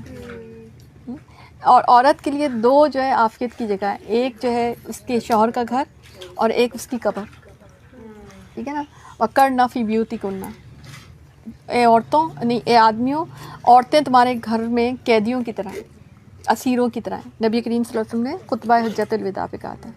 تو عورت بھی بعض اوقات، آپ وہ موم بتی مافیا ہے نا، وہ کہتی ہے نا کہ بھائی گھر سے باہر نہیں. عورت کا بھی، عورت جس چیز کو وہ شاید اپنے لیے قید سمجھے، میں تو نہیں سمجھتی، مگر اس کی یہ قید جو ہے نا وہ اس کی عافیت کا سبب ہوتی ہے. ایون آج تو مردوں کو بھی کہا جاتا ہے، آپ کو پتہ ہے نا وہ حدیث میں 3 چیزوں میں جن میں نجات ہے، اس میں سے ایک چیز یہ بھی کہ مرد کے لیے بھی کہ گھر کے اندر وہ عافیت پکڑے، گھر میں قرار پکڑے آج کے پرفتن دور میں. تو ٹھیک ہے. تو 13واں پارہ، اعوذ باللہ من الشیطان الرجیم، بسم اللہ الرحمن الرحیم. پھر آگے یہ جو ہے وما ابریو نفسی ان النفس لامارۃ بالسوء الا ما رحم ربی ان ربی غفور الرحیم. میں اپنے نفس کی پاکیزگی بیان نہیں کرتا، بے شک نفس تو برائی پر ابھارنے والا ہی ہے. اب یہ حضرت یوسف علیہ السلام کا قول تسلیم کیا جائے تو یہ بطور قصر نفسی بھی ہے، اور یہی بات مناسب لگتی ہے کہ اگرچہ اس میں مختلف رائے بھی ہیں کہ کوئی کہتا ہے عزیز مصر کا قول ہے یا وہ، لیکن یہاں پہ عزیز مصر کی کوئی بات، ان کا تو وجود بھی نظر نہیں آتا. تو ایسے ہی لگتا ہے کہ یہ جو ہے حضرت یوسف علیہ السلام کا قول ہے، کیونکہ حقیقت ہے اور انبیاء اس بات کو سمجھتے بھی ہیں کہ اپنے نفس کو کبھی پاک کہنا نہیں چاہیے، نہ ہی سمجھنا چاہیے. یہ رب تعالیٰ ہے، یہ ہمیں ایک عقیدہ بھی سمجھایا جا رہا ہے، اور ہمیں الفاظ کے چناؤ کا طریقہ بھی سمجھایا جا رہا ہے کہ کبھی اپنے آپ کو نہ کہو کہ ہم تو بہت پاک ہیں. ہم تو ایک دفعہ کسی صحابی کا نام رکھ دیا گیا تھا، براتن یا بریرہ تھا شاید، تو بریرہ رکھ دیا تھا. تو نبی کریم صلی اللہ علیہ وسلم نے چینج کیا کہ اپنے آپ کی پاکیزگی خود ہی بیان کر رہے ہیں آپ. ٹھیک ہے. تو اس لیے جو ہے اپنی جو پاکیزگی، یعنی یہ بڑے بول نہیں بولنے چاہیے. ٹھیک ہے. انسانی زندگی میں اگر آپ ہیں بھی نا تو اس کا کریڈٹ اللہ کو دیں، کیونکہ اللہ ہے جو پاک باز رکھتا ہے. اب آپ دیکھیں کہ حالانکہ انہوں نے تو اتنی قید بھی کاٹ لی تھی، اور یہ تو وقت کے نبی بھی تھے حضرت یوسف علیہ السلام، تو بھی یہ کہہ رہے ہیں کہ میں اپنے نفس کی پاکیزگی بیان نہیں کرتا، بے شک نفس تو وہ برائی پر ابھارنے والا ہے، لیکن یہ کہ میرا رب ہی جس پر رحم کر. یعنی اللہ تعالیٰ کا رحم کا ایک انداز یہ بھی ہے کہ اللہ تعالیٰ آپ کو پاکیزہ رکھے. یہ بھی اللہ کی رحم کا انداز ہے کہ اللہ آپ کو با کردار رکھتا ہے. کردار کا اچھا ہونا یا با کردار انسان کا رہنا، یہ آپ کی اس میں کوئی کریڈبلٹی نہیں ہے، آپ کی کوئی خوبی نہیں ہے. ٹھیک ہے. بلکہ یہ اللہ تعالیٰ کا احسان ہے کہ اللہ تعالیٰ نے آپ کو معاشرے کی برائیوں سے بچایا ہوا ہے، ورنہ معاشرے میں تو بہت ٹیمپٹیشن سے. ٹھیک ہے. بادشاہ نے کہا اسے میرے پاس لے کے آؤ، یعنی یوسف علیہ السلام کو میرے پاس لے کے آؤ، میں اسے اپنے خاص کاموں کے لیے مقرر کر لوں. اب ظاہر ہے اس پوری جو ہے دربار میں تو ایسا کوئی ذہین بندہ نہیں تھا جو اتنی زبردست جو ہے تعبیر دیتا. اور بادشاہ جو ہے نا اس قسم کے جو مثلا یہ جو کام ہوتے ہیں نا، مثلا جو شرک والے لوگ ہوتے ہیں وہ تو پتھروں پہ یقین، ہاتھ کی لکیروں، اس ٹائپ کی، اور چلیں وہ تو شرکیہ چیزیں، مگر یہ تو حقیقی علم ہے نا، خواب کی تعبیر کا علم. تو ان کو یہ تھا کہ میں ایسے جو ہے ذہین، جو کہ نہ صرف یہ خواب کی تعبیر بھی دے رہے ہیں بلکہ تدبیر بھی بتا رہے ہیں. تو یہ تو بہت ہی اچھی بات ہے کہ یہ میری دربار کا، اور پھر ان کی پاکیزگی بھی بیان ہو گئی، ان کردار کے بھی بہت اچھے انسان ہیں. تو پھر انہوں نے کہا کہ آپ اسے لے کے آئے، میں خاص کاموں کے لیے مقرر کر لوں. پھر جب ان سے بات چیت کی تو کہنے لگا کہ ہم آج سے ہمارے عزت اور امانت دار ہیں. تو یوسف علیہ السلام نے کہا کہ آپ مجھے ملک کے خزانوں پر مقرر کیجیے. ٹھیک ہے. یعنی اس کا یہ نہیں ہے کہ عام حالات میں تو دیکھیں عہد اور منصب کی چاہ کرنا یا اس کی ڈیمانڈ کرنا یہ ناجائز ہے، لیکن اگر آپ کو دیا جا رہا، اب یہاں پہ منصب دیا جا رہا ہے، بادشاہ ڈیسائیڈ کر چکا ہے کہ وہ دربار کا حصہ بنائیں گے، وہ اپنی وزارت دیں گے. اب وزارت تو ملنی ہی تھی، تو انہوں نے اپنی ایک چوائس پیش کر دی کہ جب ملک کے خزانوں پہ مقرر کر دیں، یعنی کہ وزیر خزانہ، کیونکہ ان کے پاس یہ جو ہے نا ایبلٹی تھی، ٹھیک ہے نا. اب آپ دیکھیں فوڈ، کیونکہ اس زمانے میں جو ملک کا خزانہ جو ہوتا تھا وہ اسی قسم کا، کوئی ڈالر والر تھوڑی ہوتے تھے اس زمانے میں. اس زمانے میں تو یہ ہوتا تھا کہ قوم کے غلے کا انتظام کرنا، بھوک سے بچنا. مین جو ٹارگٹ ہوتا تھا وہ یہ کہ کہیں قحط سالی ہو تو ہمارے ساتھ مسئلہ نہ ہو، قوم جو ہے بھوک سے نہ مرے، اور تھوڑی بہت تعمیراتی کام ہوتے رہیں، اور تھوڑا سا لائف سٹائل مینٹین رہے، پانی کی کمی نہیں ہونی چاہیے. تو بیسک جو اس زمانے میں جو بادشاہ کی جو ذمہ داریاں تھیں وہ اس طرح کی ہوتی تھی. اور اگر جنگ کوئی مسلط ہو جائے تو ہم جنگ کر سکیں، بس اس قسم کی چیزیں ہوتی تھیں. باقی جو آج کل کے جو معاملات ہیں نا وہ تو اب ہوئے ہیں، ٹھیک ہے. اس زمانے میں ایسی چیزیں نہیں ہوتی تھیں. تو ان کو یہ آتا تھا ہنر. تو انہوں نے کہا میں با حفاظت اور باخبر ہوں. اسی طرح ہم نے یوسف علیہ السلام کو ملک کا قبضہ دے دیا کہ وہ جہاں کہیں رہے، چاہے رہے. ہم سب چاہے ہم جسے چاہیں اپنی رحمت پہنچا دیتے ہیں، ہم نیکوکاروں کا ثواب ضائع نہیں کرتے. اب یہاں سے اللہ تعالیٰ کو بڑی خوبصورت آیت ہے 56، کذالک مکننا لیوسف فی الارض. اسی طرح اب آپ دیکھیں کذالک کا بڑا خوبصورت لفظ ہے جو اللہ تعالیٰ یہاں بھی استعمال کرتے ہیں. ہم نے یوسف علیہ السلام کو مکاننا مکان سے ہیں، جو اردو میں بھی لفظ استعمال کرتے ہیں مکان، تو مکان جگہ کو کہتے ہیں. تو ہم نے جگہ دے دی یوسف علیہ السلام کو زمین میں کہ وہ جہاں سے جائے کھائے پیے، وہ اس کا نصیب ہے. اور ہم نیکوکاروں کا ثواب ضائع نہیں کرتے. یعنی اللہ تعالیٰ کی طرف سے یہ ایک آزمائش بھی تھی. یہ ان کی جیل جو تھی وہ ایک آزمائش بھی تھی، اور اس جیل میں وہ سرخرو گزرے، ٹھیک ہے نا. وَلَا أَجْرُ الْآخِرَةِ خَيْرٌ لِلَّذِينَ آمَنُوا وَكَانُوا يَتَّقُونَ. یقیناً ایمانداروں اور پرہیزگاروں کا اخروی اجر تو بہت ہی بہتر ہے، ٹھیک ہے. اب یہاں سے کیونکہ اس کے بعد یہ پتہ چلتا ہے کہ بادشاہ مصر جو تھا وہ اس کی وفات ہو گئی تھی، اور پوری جو بادشاہت تھی وہ حضرت یوسف علیہ السلام کے پاس آ گئی تھی، کیونکہ یہ سب سے قریبی تھے. تو ان کے پاس میں آ گئی تھی، اور یہ فائنل یہ مصر کے بادشاہ بن گئے تھے. یہاں تک ان کی یہ کہانی ہوتی ہے. اب اس کے بعد کیا ہوتا ہے کہ نا یوسف علیہ السلام کے جو بھائی تھے نا وہ آئے ان کے پاس. وجاء اخوۃ یوسف فدخلوا علیہ. تو اس نے انہیں پہچان لیا، انہوں نے اسے نہ پہچانا. اب ہوا یہ کہ قحط پڑ گیا تھا نا، قحط سالی شروع ہوئی. یہ اس واقعے کا ذکر ہے کہ جب وہ اگر آپ کو یاد ہو کہ وہ خواب میں یہی تھا نا، قحط سالی کے سال آئیں گے. تو جب وہ خوشحالی کے سال گزرنے کے بعد قحط سالی کے سال شروع ہو گئے تھے، تو اس میں ملک مصر کے تمام علاقے جو لپیٹ میں آئے. کنعان تک بھی اثرات پہنچے. کنعان میں ان کے بھائی وغیرہ رہتے تھے. تو وہاں سے پھر یہ لوگ اب ایک پتہ چلا کہ ایک کوئی بہت ہی عادل بادشاہ ہے. ان کو وہاں پہ پتہ چلا جو غلہ بھر کے دیتا ہے. اب یہ غلہ دے دیا کرتے تھے. اب آپ دیکھیں کہ کیسے اچھے بادشاہ تھے. انہوں نے تو پوری ارینجمنٹ کر رکھی تھی. تو وہ تو انہوں نے سوچا کہ ٹھیک ہے ہم بھی جاتے ہیں گھر سے پونجی وغیرہ لے کے غلے کے اصول کے. اب وہ بہت کم قیمت میں ان کو غلہ پرووائڈ کر. تو غلہ ہی نہیں تھا نا دنیا میں، تو غلہ ہی نہیں تھا. تو وہ اس وجہ سے جو ہے ان کے پاس آئے. تو جب پہنچے، اب آپ دیکھیں وہ اس وقت بہت چھوٹے تھے جب کنویں میں ڈالے گئے. اتنے کوئی بڑے نہیں تھے، یعنی ایسے لگتا ہے جیسے ٹین ایجر تھے، مگر بہت کافی اس کے بعد چینجز بھی آ جاتی ہیں نا انسانوں میں. لیکن یہ پہچان گئے فوری طور پہ اپنے بھائیوں کو، ٹھیک ہے. تو جب انہیں ان کا اسباب مہیا کیا، اور کچھ بھی بولے نہیں، صبر دیکھیں کس قدر، اور خاموشی. جب انہیں ان کے اسباب مہیا کر دیا جو وہ لینے آئے تھے، تو تم میرے پاس کہا کہ تم میرے پاس اپنے اس بھائی کو لانا جو تمہارے باپ سے ہے. کیا تم نے نہیں دیکھا کہ میں پورا ناپ دیتا ہوں، اور میں ہوں بھی بہترین میزبانی کرنے والا. اب یہ جو بنیامین کو نہ بلوایا، ٹھیک ہے نا، کیونکہ اب انجان بن کے ان کے بھائیوں کے بارے میں پوچھا وچھا ہوگا. اور اس طرح سے کہا کہ نہیں اب تمہیں نا، تو انہوں نے بتایا کہ 10 ہم ہیں اور وہ جو 11واں ہیں، یعنی 10 سوتیلے تھے. یہاں سے اور بھی کلیئر ہو گیا ہے. اور وہ جو ایک تھا، یعنی 2 جو بھائی تھے نا وہ ایک ماں سے تھے، حضرت یوسف علیہ السلام اور بنیامین، ٹھیک ہے. اور یہ 10 جو تھے وہ سوتیلے تھے، ٹھیک ہے. اس طرح سے یہ 11 بھائی ان کے ہوئے، اور 12ویں یہ خود، صحیح ہے. تو انہوں نے کہا کہ اپنے اس بھائی کو بھی لے کے آنا. انہوں نے کہا اچھا ہم اس کے باپ کو اس کی بابت پھسلائیں گے اور پوری کوشش کریں گے.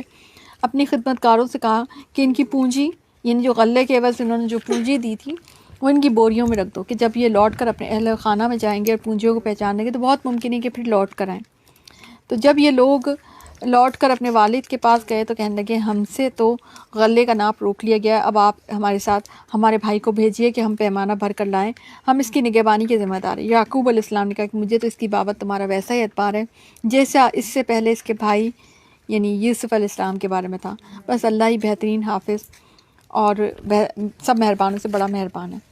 اچھا، اب ان کو جب کہا تو کیونکہ ان کو اپنا وہ واقعہ یاد آ گیا، ایکسپیرینس کر چکے تھے نا کہ وہ ایک بھائی کو تو یہ گنوا چکے تھے، تو یہ دوسرا بھائی یہ نہیں چاہتے تھے، والد نہیں چاہتے تھے کہ یہ اس بھائی کو بھی لے جائیں۔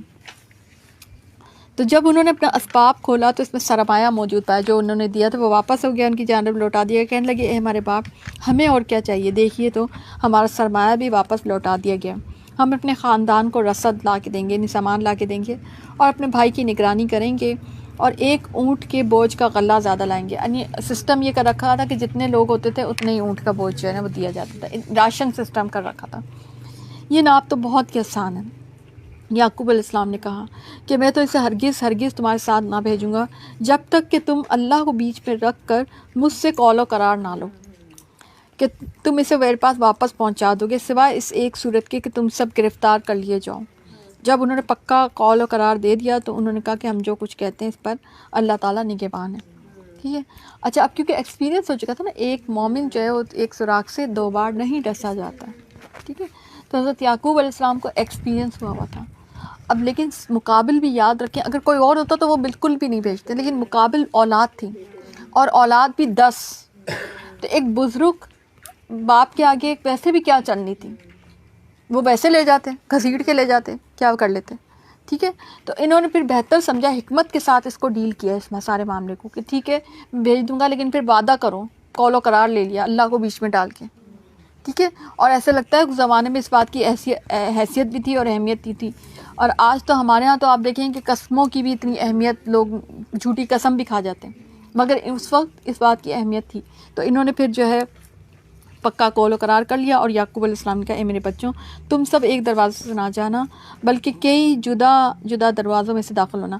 اچھا، ایسا ہوتا تھا کہ اس زمانے میں شہر میں داخل ہونے کے دروازے ہوتے تھے، تو بہت سارے دروازے ہوتے تھے۔ آج بھی آپ دیکھیں گے نا لاہور میں گیٹس موجود ہیں مختلف، آج بھی جو ہے نا پرانی یادیں موجود ہیں۔ تو انہوں نے کہا کہ ایک دروازے سے نہ جانا تاکہ ایسا نہ ہو کہ نظر لگ جائے، کیونکہ العین الحق حدیث میں آتا ہے، نبی کریم صلی اللہ علیہ وسلم، یعنی اس زمانے میں بھی نظر تھی، اس کا مطلب ہے نظر پہلے بھی لگتی تھی۔ یہ تو پہلی شریعت کی بات ہو رہی ہے نا، یہ تو نبی کریم صلی اللہ علیہ وسلم کی شریعت تو ابھی آئی نہیں ہے۔ تو اس سے پتہ چلتا ہے کہ نظر بد کا لگنا حق بھی ہے، اور بہت پرانا یہ معاملہ ہے جو چلا آ رہا ہے۔ ٹھیک ہے، اور نظر اپنے اندر تاثیر رکھتی ہے، ریز ہوتی ہیں، اب وہ ریز کس قسم کی ہوتی ہیں جو واقعی انسان کو جو ہے نا وہ نقصان دے دیتی ہے۔ حدیث میں آتا ہے کہ بے شک نظر بد آدمی کو اللہ کے حکم سے دیوانہ کر دیتی ہے، یعنی وہ سب تک اثر کرتی ہے۔ ایک حدیث میں آتا ہے کہ نظر انسان کو قبر تک اور اونٹ کو ہانڈی تک پہنچا دیتی ہے۔ اونٹ کو ہانڈی تک کیسے کہ وہ کھانے، یعنی کہ اچھا بھلا اونٹ ہوتا ہے، وہ کوئی یا تو لاغر ہو جاتا ہے، کمزور ہو جاتا ہے، یا اس کی ایسی قسمت آتی ہے، ایسی بدنصیبی اس پہ آتی ہے کہ وہ جو ہے نا اس کو ذبح کر دیا جاتا ہے اور وہ لوگوں کے کھانے میں استعمال ہو رہا ہوتا ہے۔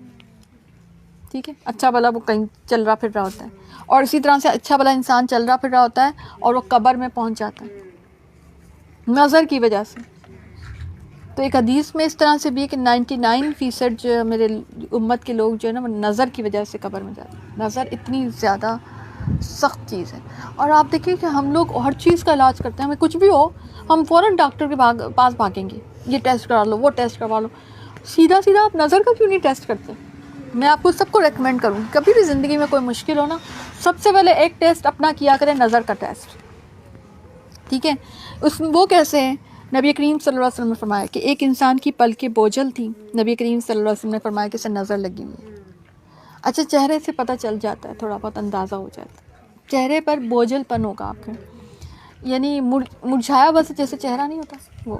اسی طرح سے ایک انسان کے چہرے پر دھبے تھے تو فرمایا اسے نظر لگی ہوئی ہے۔ ٹھیک ہے، تو اس کا مطلب ہے کہ چہرے پہ بعض اوقات ایک دم سے کہیں سے، جیسے نہیں آپ کا فیئر چہرہ ہے، سب کچھ ہے، ایک دم سے کہیں سے کوئی نشان آ گیا، اس طرح سے بعض اوقات ایک دم کوئی لگ جاتا ہے نشان، کوئی لگ گئی، کوئی چوٹ بھی اچانک لگ گئی، اس کا نشان پڑ گیا، تو یہ جو ہے یہ بھی نظر بد کی علامت ہے۔ اچھا، اسی طرح سے آپ کی فیملی لائف میں کہ اچانک سے کوئی چیز ایک دم انٹائر ایک 90 ڈگری پہ ایک دم چینج ہو جانا, ٹھیک ہے, ہنستا کھیلتا معاملہ ایک دم سے چینج ہو جانا, ایک دم سے بیماری کا اچانک سے آ جانا, ایک دم سے کوئی ایسی چیز آ جانا جس کا کوئی روٹ کاز نہیں پتہ چل رہا. تو دیز آل تھنگس آر نظم, ٹھیک ہے. اسی طرح سے آپ دیکھیں ماشاء اللہ نہ کہنا یا تعریف حد سے زیادہ کر دینا, یہ بھی نظر بد کو دعوت دیتی ہے. ہاں یہاں ہے نا, ہم تعریفیں کرنے بیٹھ جاتے ہیں, اور جو اصل چیز ہے تعریف کا اصل جملہ کیا ہے, تعریف کا ادب ہے ماشاء اللہ. تعریف کا ادب تو کرتے نہیں ہیں, اور تعریف کا الٹا اثر ہو جاتا ہے پھر اس میں, کہ وہ چیز جو ہے وہ پھٹ جاتی ہے, خراب ہو جاتی ہے. آپ دیکھیں زندگی میں ایسی چیزیں ہوتی ہیں, گم جاتی ہے, کچھ ایسا معاملہ ہو جاتا ہے کہ وہ چیز جو ہے اس کے اندر جو بینیفیشل ہونے کے یا بینیفٹ اس کے ہونے کے جو سارے آثار ہیں وہ ختم ہو جاتے ہیں, اور وہ صرف چیز نقصان پہنچانے لگتی ہے آپ کو. سمجھ آ رہی بات آپ کو, ٹھیک ہے نا. اسی طرح سے آپ میڈیا کے میں جو اپنی نعمتیں ڈالتے ہیں تصویروں کے تھرو, میڈیا کو میں نے ایک جنرل اس پہ لیا, وہ آپ کے سارے سوشل کے جو آپ کی چیزیں آ گئی, آپ کے واٹس ایپ آ گیا, آپ کا اسٹیٹس آ گیا, آپ کا فیس بک آ گیا, جو بھی چیزیں, تو اس پہ جو اپنی نعمتیں یا اپنی خوشیاں جو آپ ڈالتے ہیں نا, اس سے بھی نظر رکھتی ہے. وہ تو آپ خود دعوت دے رہے ہوتے ہیں.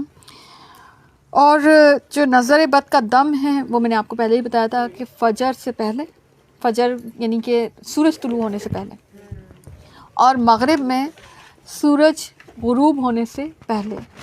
یہ اگر آپ کر لیں گے تو انشاءاللہ آپ کا حل ہو جائے گا. اچھا ایک اور چیز اس کا, ویسے تو وہ ہر رہا والی دعا ہے وہ آپ پڑھ لیں, اور پورا آپ کے پاس ہم نے تو پیپر دیا ہوا ہے, وہ پیپر آپ دم کریں, اس میں جو بسم اللہ الرقیقہ والی دعا جو ہے 3 دفعہ ہے تو وہ 3 دفعہ ہی پڑھیں, ٹھیک ہے. اس کے علاوہ سورۃ الفاتحہ پڑھ لیں, آپ 7 دفعہ پڑھ لیں. اچھا, اور معوذتین پڑھیں 3 دفعہ, زیادہ شدید ہے تو 7 دفعہ بھی پڑھ سکتے ہیں. یہ ہو گئی. اور اس کے علاوہ ایک اور چیز ہے کہ آپ وضو کا پانی ڈال سکتے ہیں, وضو یا غسل کا, ٹھیک ہے.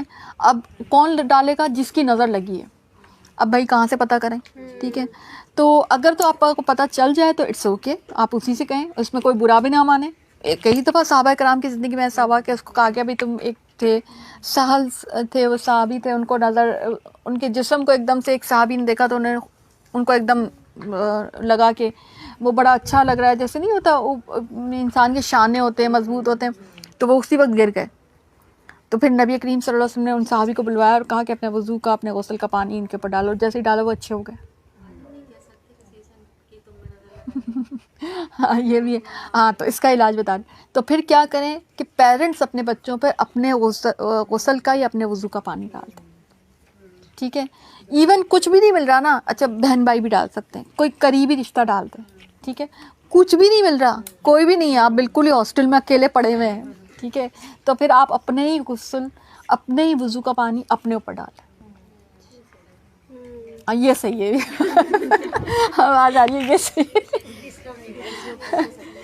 ہاں لیکن یہ آخری اسٹیٹس ہے, ٹھیک ہے. اگر آپ کے پیرنٹس موجود ہیں نا, یا کوئی محرم اور بھی کوئی رشتہ موجود ہے, تو ان سے کہیں, کیونکہ بعض اوقات آپ کے نا قریبیوں کی نظر جو ہے نا زیادہ لگتی ہے, ٹھیک ہے.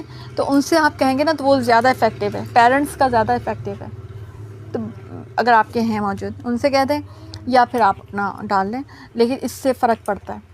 اور کریں وہ بھی کیسے کریں گے, آپ ظاہر غسل کرتے جائیں گے, نیچے کوئی مگا وگا کچھ رکھ لیں آپ, اس میں پانی جو آپ کا گرتا جائے گا نا وضو کا یا غسل کا, ٹھیک ہے نا, پہلے واش کر لیں, اس کے بعد صاف پانی ہو, یہ نہیں کہ آپ گندا پانی ڈالنا شروع ہو جائے اپنے اوپر, صاف پانی ہونا چاہیے اس میں, ٹھیک ہے.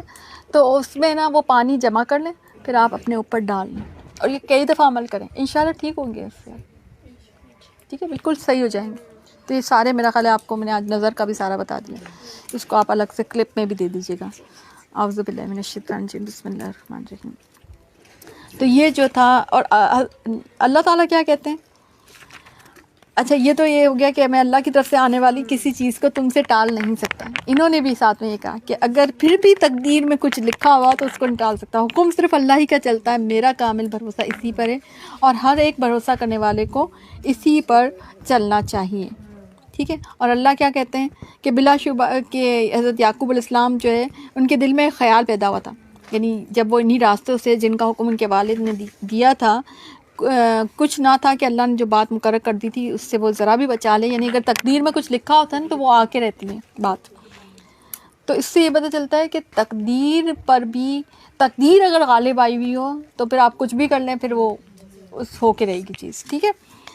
مگر یعقوب علیہ السلام کے دل میں ایک خیال پیدا ہوا جسے اس نے پورا کر لیا. یعنی انہوں نے وہ ساری جو ہے نا، جسے کہتے ہیں کہ پہلے سے جو ہے نا اس کی کیا کہنا چاہیے اس کو، کہ چیزیں مقرر کر لی، پہلے سے جو ہے نا سوچ لیا کہ یہ چیزیں کر لیں آپ نا، ٹھیک ہے. لیکن بلا شبہ وہ ہمارے، اللہ تعالیٰ کہتے ہیں بلا شبہ وہ ہمارے سکھلائے ہوئے علم کا عالم تھا، لیکن اکثر لوگ نہیں جانتے. یعنی یہ جو علم ہے، یعنی نظر کا یا جو، یہ بھی ان کی شریعت میں بھی تھا، ٹھیک ہے.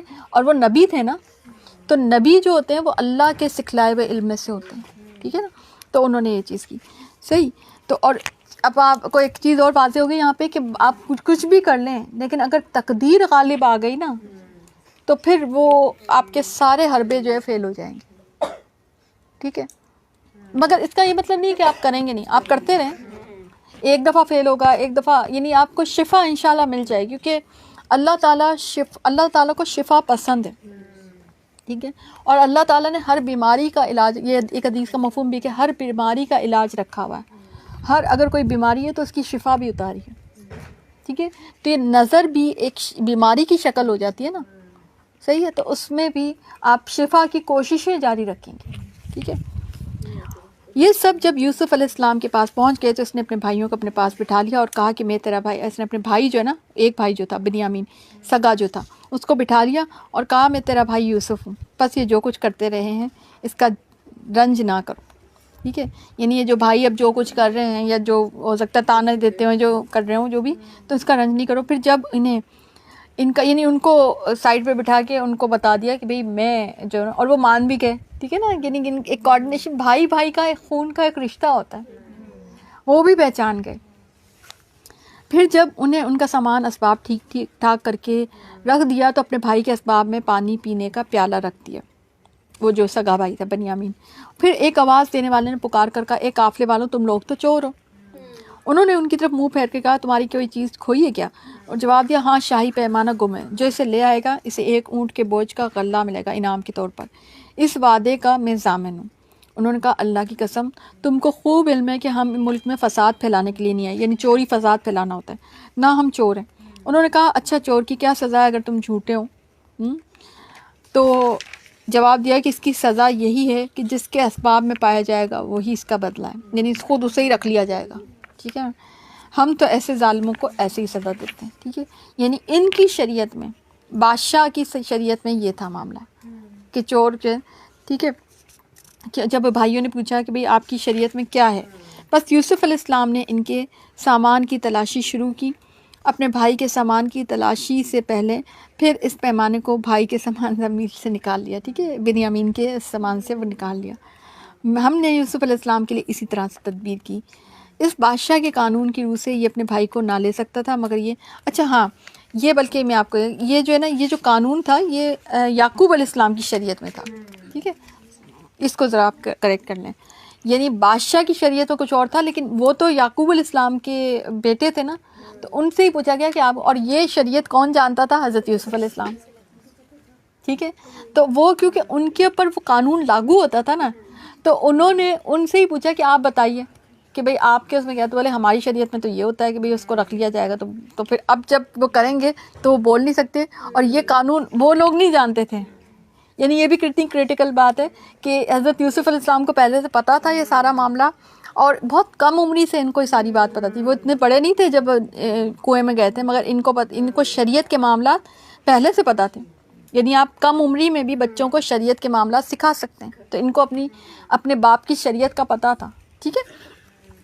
تو یہ یہاں پہ بات ہے کہ اس بادشاہ کی قانون کی روح سے یہ اپنے باپ کو نہیں لے سکتا تھا، مگر یہ کہ اللہ کو منظور ہو ہم جس کے چاہیں درجے بلند کر دیں. ہر ذی علم پر ایک فوقیت رکھنے والا دوسرا ذی علم جو موجود ہے، ٹھیک ہے، صحیح ہے. تو یہ ایک طریقہ تھا. تو انہوں نے کہا کہ اگر اس نے چوری کی تو کوئی تعجب کی بات نہیں، اس کا بھائی بھی استغفر اللہ پہلے چوری کر چکا. اب آپ دیکھیں کس طرح سے الزام لگاتے تھے. یوسف علیہ السلام نے اس بات کو اپنے دل میں رکھ لیا اور ان کے سامنے بالکل ظاہر نہیں کیا کہ تم بدتر جگہ پر ہو. جو تم بیان کرتے ہو اللہ ہی خوب جانتے ہیں. انہوں نے تو ایسی کوئی چوری نہیں کی تھی، ٹھیک ہے. انہوں نے کہا اے عزیز مصر، اس کے والد بہت بڑی عمر کے بوڑھے شخص ہیں، آپ اس کے بدلے ہم میں سے کسی کو لے لیجئے، ہم دیکھتے ہیں کہ آپ بڑے نیک نفس ہیں۔ اچھا، اب آپ دیکھیں کہ ان کو یہ تھا، اب ان کو ڈر یہ تھا کہ ایک معاملہ پہلے سے ہو چکا ہے، دوسرا یہ کہ یہ قول و قرار لے کر آئے تھے، ٹھیک ہے، تو ان کو یہ تھا کہ اب ہم کیا جا کے کہیں گے، صحیح ہے۔ اور ایسا بھی محسوس ہوتا ہے کہ ادھر زیادہ جیلسی تھی حضرت یوسف علیہ السلام کے بارے میں کہ انہوں نے خود سے جا کے کنویں میں پھینک دیا تھا، ادھر بنیامین سے ان کی ویسی والی جیلسی نہیں تھی، تو انہوں نے اپنے آپ کو بھی پیش کر دیا، بھئی ایک ہم میں سے کسی کو رکھ لیں، ان کو چھوڑ دیں، ٹھیک ہے، صحیح ہے۔ تو یہ، اور آپ دیکھیں ٹائٹل جو ہے نا کتنا خوبصورت، جو اوریجنل ٹائٹل دے رہے ہیں وہ نیک ہیں، آپ بہت نیک ہیں، آپ بہت اچھے ہیں آپ، اور اس سے پہلے جو جھوٹا ٹائٹل دے رہے ہیں وہ کیا دے رہے ہیں، وہ آپ کے سامنے، صحیح ہے۔ تو اب نا یوسف علیہ السلام نے کہا کہ ہم نے جس کے پاس اپنی چیز پائی ہے، اس کے سوا دوسرے کی گرفتاری سے ہم اللہ کی پناہ چاہتے ہیں، ایسا کرنے سے تو ہم یقیناً ناانصافی کرنے والے ہوئے، ٹھیک ہے، یعنی انہوں نے کہا ایسا تو نہیں ہو سکتا۔ جب یہ اس سے مایوس ہو گئے تو تنہائی میں بیٹھ کر مشورے کرنے لگے۔ ان میں سے جو سب سے بڑا تھا اس نے کہا کہ تمہیں معلوم نہیں کہ تمہارے والد نے تم سے اللہ کی قسم لے کر پختہ قول و قرار کیا، اس سے پہلے یوسف علیہ السلام کے بارے میں تم کوتاہی کر چکے ہو، بس میں تو اس سرزمین سے نہ ٹلوں گا جب تک کہ والد صاحب خود مجھے اجازت نہ دیں، اور یا اللہ تعالیٰ ہی میرے میں اس معاملے کا فیصلہ کرتے ہیں۔ اچھا، انسان ہے نا اپنا گناہ بھولتا نہیں ہے، اس کے ضمیر پر وہ گناہ جو ہے نا وہ بوجھ بن کر پڑا رہتا ہے۔ اب ان کو کتنا پرانا بھولا ہوا جو ہے نا وہ واقعہ یاد آ گیا۔ تو اور کہا جاتا ہے کہ وہ ایک یہی وہ بھائی تھے جنہوں نے قتل یوسف سے منع کیا تھا۔ تم سب والد صاحب کی خدمت میں واپس جاؤ اور کہو ابا جی آپ کے صاحبزادہ نے چوری کی ہے، اور ہم نے وہی گواہی دی جو ہم جانتے ہیں، ہم کچھ غیب کی حفاظت کرنے والی نہیں، آپ شہر کے لوگوں سے دریافت کر لیں، نہیں اور بھی لوگ قافلے میں جو آئے تھے ان سے دریافت کر لیں، یہ واقعہ سب کے سامنے وہ ہے جہاں ہم تھے، اس قافلے والوں سے پوچھ لیں جس کے ساتھ ہم آئے تھے، اور یقیناً ہم سچے ہیں۔ اب جب ایسا معاملہ ہوتا ہے نا تو سچائی کی گواہی، کیونکہ پہلے جھوٹ بول چکے تھے تو اب سچائی کی گواہی دینی بڑی مشکل ہو رہی تھی ان کو، حالانکہ اس وقت یہ سچے بھی تھے، ٹھیک ہے۔ تو یہ ہے، اور آپ دیکھیں کہ یہ وہ شخص تھا کہ یہ جو ایک بھائی تھا نا، اب ایسا ہوتا ہے بعض اوقات بہت برے گروپ میں ایک اچھا انسان ہو سکتا ہے، تو گروپ کا جو اخلاق اور کردار بھی میٹر کرتا ہے، مگر گروپ کے اندر انڈیویجول اخلاق اور کردار بھی میٹر کرتا ہے، ٹھیک ہے نا، اور اس کی اچھائی، بعض اوقات برے انسانوں میں سے کوئی ایک اچھا انسان ہوتا ہے اور وہ آپ کے لیے خیر کا سبب بن جاتا ہے، ٹھیک ہے۔ تو بعض اوقات ہماری زندگیوں میں ایسا ہوتا ہے نا کہ جب ہم دیکھتے ہیں کہ کچھ لوگ برے ہیں تو ہم ان کے ساتھ سب کو لپیٹ میں لے لیتے ہیں کہ سبھی برے ہیں، یہ بھی ایسا ہی ہے، یہ بھی ایسا ہی ہے، بس ہے نہیں، یہ بھی ہے نا مومن سیکھے کہ ایک گروپ کے اندر انڈیویجول کی کریکٹرائزیشن کرنا سیکھے، اس میں دیکھے کہ ان میں سے اور کون کون لوگ ہیں جو کہ خیر ہیں، ان کی سب کی الگ الگ ٹریننگ ہوتی ہے، سب الگ الگ قسم کے لوگ ہوتے ہیں، تو انسان ہے نا کبھی بھی ایک نا ایسا تبصرہ نہ کیا کرے یا ایسی سوچ نہ رکھا کرے کہ یہ سب برے ہیں۔ ہم جیسے کیا ہوتا ہے اوورآل جب ہم معاشرے کہتے ہیں وہ معاشرہ بہت برا ہے، کیوں؟ معاشرے میں اچھے لوگ بھی ہیں، بعض اوقات کسی ایک پرٹیکولر خاندان کو ہم کہتے ہیں اس خاندان والے بڑے برے ہوتے ہیں، پرٹیکولر بعض اوقات لوگ ہمارے خواتین کیا کہتی ہیں سسرال والے بڑے، اب سسرال میں کوئی اچھے لوگ بھی ہوتے ہی ہوں گے، آپ نے کبھی زحمت ہی نہیں کی کہ ان اچھے لوگوں کی اچھائی کو بیان کیا جائے یا ڈھونڈنا جائے یا ان کی اچھائی کو بھی پرکھا جائے یا ان کی اچھائی کو اور ابھارا جائے، ٹھیک ہے نا۔ تو یہ جو ہے نا یہ انسان دیکھیں یہاں سے یہ بھی سیکھنے کو مل رہا ہے کہ بعض اوقات برے لوگوں میں سے بھی کوئی اچھا انسان ہوتا ہے اور وہی آپ کے لیے خیر کا سبب بن جاتا ہے، ٹھیک ہے۔ یعقوب علیہ السلام نے کہا کہ یہ نہیں بلکہ تم نے اپنی طرف سے بات بنا لی، یعنی جب ان کو بتایا گیا کہ یہ سب کچھ ہو گیا تو انہوں نے کہا کہ نہیں یہ تو تم نے اپنی، بس صبر جمیل، وہی جملہ کہا جو اس وقت کہا کہ بہترین صبر، ٹھیک ہے میں کرتا ہوں، اصل اللہ، امید ہے مجھے کہ اللہ ان سب کو میرے پاس پہنچا دے گا، وہی علم و حکمت والا۔ کتنا خوبصورت انداز، کتنا خوبصورت کردار یعقوب علیہ السلام کا کہ امید سے جو ہے نا دامن نہیں چھڑا پا رہے، بلکہ کہہ رہے ہیں کہ اچھا ٹھیک ہے، یعنی ان کو اللہ پر کتنا یقین کہ اب دوسرا بیٹا گیا ہے تو ایسا لگتا ہے کہ وہ دونوں ہی آ جائیں گے اب، سبحان اللہ، کتنا اللہ کے اوپر توکل اور بھروسہ۔ پھر ان سے منہ پھیر لیا اور کہا ہائے یوسف. ان کی آنکھیں بوجہ رنج و غم کے سفید ہو چکی تھیں. اب آپ دیکھیں انہوں نے ہائے یوسف ہی کہا کہ یوسف، حالانکہ ابھی دوسرا بیٹا بھی جا چکا ہے، ٹھیک ہے، لیکن ابھی تک جو ہے نا یعنی یوسف علیہ السلام کو بھولے نہیں. دوسری بات یہ کہ منہ پھیر لیا، یعنی بیٹوں کے سامنے رنج و غم کا اظہار نہیں کیا، بلکہ اپنے رب کو الگ سے جیسے پکار رہے ہیں، ایسا لگ رہا ہے. ان کی آنکھیں بوجہ رنج و غم کے سفید ہو چکی تھیں، یعنی کہ اتنا رو چکے تھے کہ ان کی آنکھیں جو ہے نا وہ یعنی جیسے نہیں ہوتا کہ رو رو کر آنکھیں جیسے سفید ہو جاتی ہیں اس طرح سے. اور کہتے ہیں ان کی بینائی بھی شاید کم چلی گئی تھی یا کم ہو گئی تھی، اس طرح سے چلی گئی کا زیادہ آتا ہے. اور وہ غم کو دبائے ہوئے تھے، یعنی غم ان کا فہوا قزیم، یعنی ایسا غم جو نہیں جیسے روگ بن جاتا، جو یعنی ٹھیسیں دینے والا غم. ظاہر ہے اولاد کا غم بہت بڑا غم ہوتا ہے، اور اولاد بھی ایک ہوتی ہے نا کہ جو مر جائے یا پتہ ہے اس کا کہاں پر ہے، تو وہ غم اتنی تکلیف دہ نہیں ہوتا ہے جتنا کہ یہ کہ اس کا پتہ ہی نہیں ہے کہ کہاں ہے. کیونکہ ان کو یہ تو پتا تھا کہ اس کو کھایا نہیں گیا. اس بات پر تو ان کو پہلے بھی یقین نہیں آیا تھا کہ وہ بھیڑیا کھا گیا، کیونکہ وہ ان کی دیکھ لی تھی قمیص. لیکن اب ان کو یہ نہیں پتا تھا نا کہ کہاں پر ہے. اور اس زمانے کو ذرا ذہن میں لائیں کہ نہ کوئی سوشل میڈیا، کچھ بھی نہیں، پتہ بھی نہیں کر سکتے تھے کہاں پر ہے کہاں پر نہیں. اور کتنا ٹائم گزر چکا تھا، اور ابھی تک یوسف علیہ السلام کو یاد کر رہے ہیں. بیٹوں نے کہا واللہ آپ ہمیشہ یوسف علیہ السلام کی یاد میں ہی لگے رہتے ہیں، یہاں تک کہ گھل جائیں یا ختم ہو جائیں. بیٹے کس قدر یعنی ان کی بھی اگر آپ دیکھیں کہ کس قدر عجیب و غریب طریقے سے اپنے والد کو جو ہے نا الزام دے رہے تھے. تو بہت بڑا امتحان تھا ان کا، بہت بڑا ان کا صبر تھا، لیکن اس سب کے بعد ان کا اجر بھی بہت بڑا ہوگا، ٹھیک ہے نا. انہوں نے کہا میں تو اپنی پریشانی اور رنج کی فریاد، یہ دعا بھی ہے، کالا ان مشک بسی و حسنی اللہ. یہ دعا اگر آپ بھی پڑھیں گے کبھی غم میں تو انشاءاللہ اللہ تعالیٰ آپ کو بھی.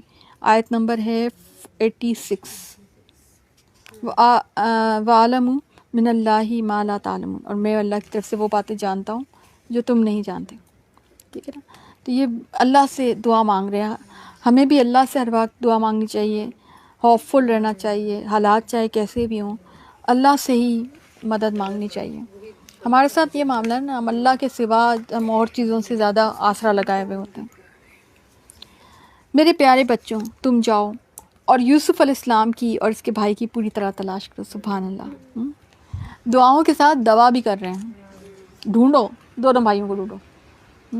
اب ایک گئے نا، اب دیکھیں یہ بھی بعض اوقات واقعی یہ ایسا ہوتا ہے کہ بعض اوقات ایسا ہوتا ہے کہ ایک چیز جاتی ہے تو اس کے بعد جب دوسری چیز بھی جاتی ہے نا تو اس میں آسرا ہوتا ہے کہ اب دونوں چیزیں اکٹھی ملیں گی. یہ آپ کو میں بتاؤں کہ ایسا ہوتا ہے بعض اوقات آپ کو لگتا ہے کہ یہ چیز ہمارا مسئلہ حل نہیں ہو رہا ہے، تو آپ کا یہ جو صبر ہوتا ہے نا، وہ صبر آپ کے لیے زیادہ بہترین چیز آپ کے سامنے لے کے آنے والا ہوتا ہے. تو اس لیے صبر کرنا چاہیے، ٹھیک ہے. بعض اوقات اگر ایک چیز آ سکے تو سمجھ لے کہ کوئی زیادہ اس سے زیادہ بہتر چیز آپ کو ملنے والی ہے، ٹھیک ہے نا. اب ان کو یوسف علیہ السلام ملنے والے تھے تو کہا کہ ان کو تلاش کرو، اللہ کی رحمت سے نا امید نہ ہو. یقیناً رب کی رحمت سے تو نا امید وہی ہوتے ہیں جو کافر ہوتے ہیں. پھر جب یہ لوگ یوسف علیہ السلام کے پاس پہنچے تو کہنے لگے اے عزیز، ہم کو اور ہمارے خاندان کو دکھ پہنچائے، ہم حقیر پونجی لائیں، بس آپ ہمیں اپنے پورے غلے کا ناپ دیجیے، ہم پر خیرات کیجیے، اللہ تعالیٰ خیرات کرنے والے کو بدلا دیتا ہے. یوسف علیہ السلام نے کہا، اب یہ دوبارہ گئے کیونکہ حکم تھا نا ڈھونڈنا ہے، تو اب دوبارہ گئے. یوسف علیہ السلام نے اب جو ہے اپنا سارا معاملہ کیا. کالا حل علمتم ما فعلتم بیوسف و اخیہ اذا انتم جاہلون، کہ تم نے یوسف علیہ السلام اور ان کے بھائی کے ساتھ اپنی جہالت کی حالت میں، اپنی نادانی میں کیا کیا، کیا تم اس کو جانتے ہو؟ اب یہ حیران، یعنی سرپرائز کا یہ انداز تو ادھر سے بالکل ہی یعنی کیا زبردست معاملہ تھا نا. اور آپ دیکھیں دنیا کا کامیاب ترین انسان، بادشاہ، نبی، یہ مصر کا بادشاہ. اب مصر بہت بڑا علاقہ ہوتا تھا اس وقت، مصر کا بادشاہ بہت بڑی تہذیب، بہت بڑا سپر پاور، جیسے آج ہم کہتے ہیں امریکہ کا نا، اس زمانے میں مصر کا بادشاہ ہونے کا مطلب ہے کہ جیسے آپ امریکہ کے سپر پاور کے کوئی بادشاہ ہیں. اب وہ بادشاہ وقت ان لڑکوں کو، یہ بھائی ہیں، ان کو کہہ رہے ہیں کہ تمہیں یاد ہے کہ یوسف علیہ السلام کے ساتھ تم نے کیا کیا تھا؟ اب یہ حیران رہیں گے یوسف علیہ السلام کے ساتھ جو کچھ بھی کیا تھا کسی اور کو کیسے پتا، ان کو کیسے پتا چلا. انہوں نے کہا کہ قالوا انک لانت یوسف، کیا آپ یوسف علیہ السلام ہیں؟ قال انا یوسف وہذا اخی، اور یہ میرے بھائی ہیں. قد من اللہ علینا، اللہ تعالیٰ نے ہم پر انعام کیا، اللہ تعالیٰ نے ہم پر مننا ہوتا ہے احسان کیا. انہ من یتقی، اور بے شک جو تقوی اختیار کرتا ہے، ویصبر، اور جو صبر کرتا ہے، فإن اللہ، تو بے شک اللہ تعالیٰ، لا یضیع اجر المحسنین، اللہ تعالیٰ اجر محسنین کا کبھی بھی ضائع نہیں کرتا.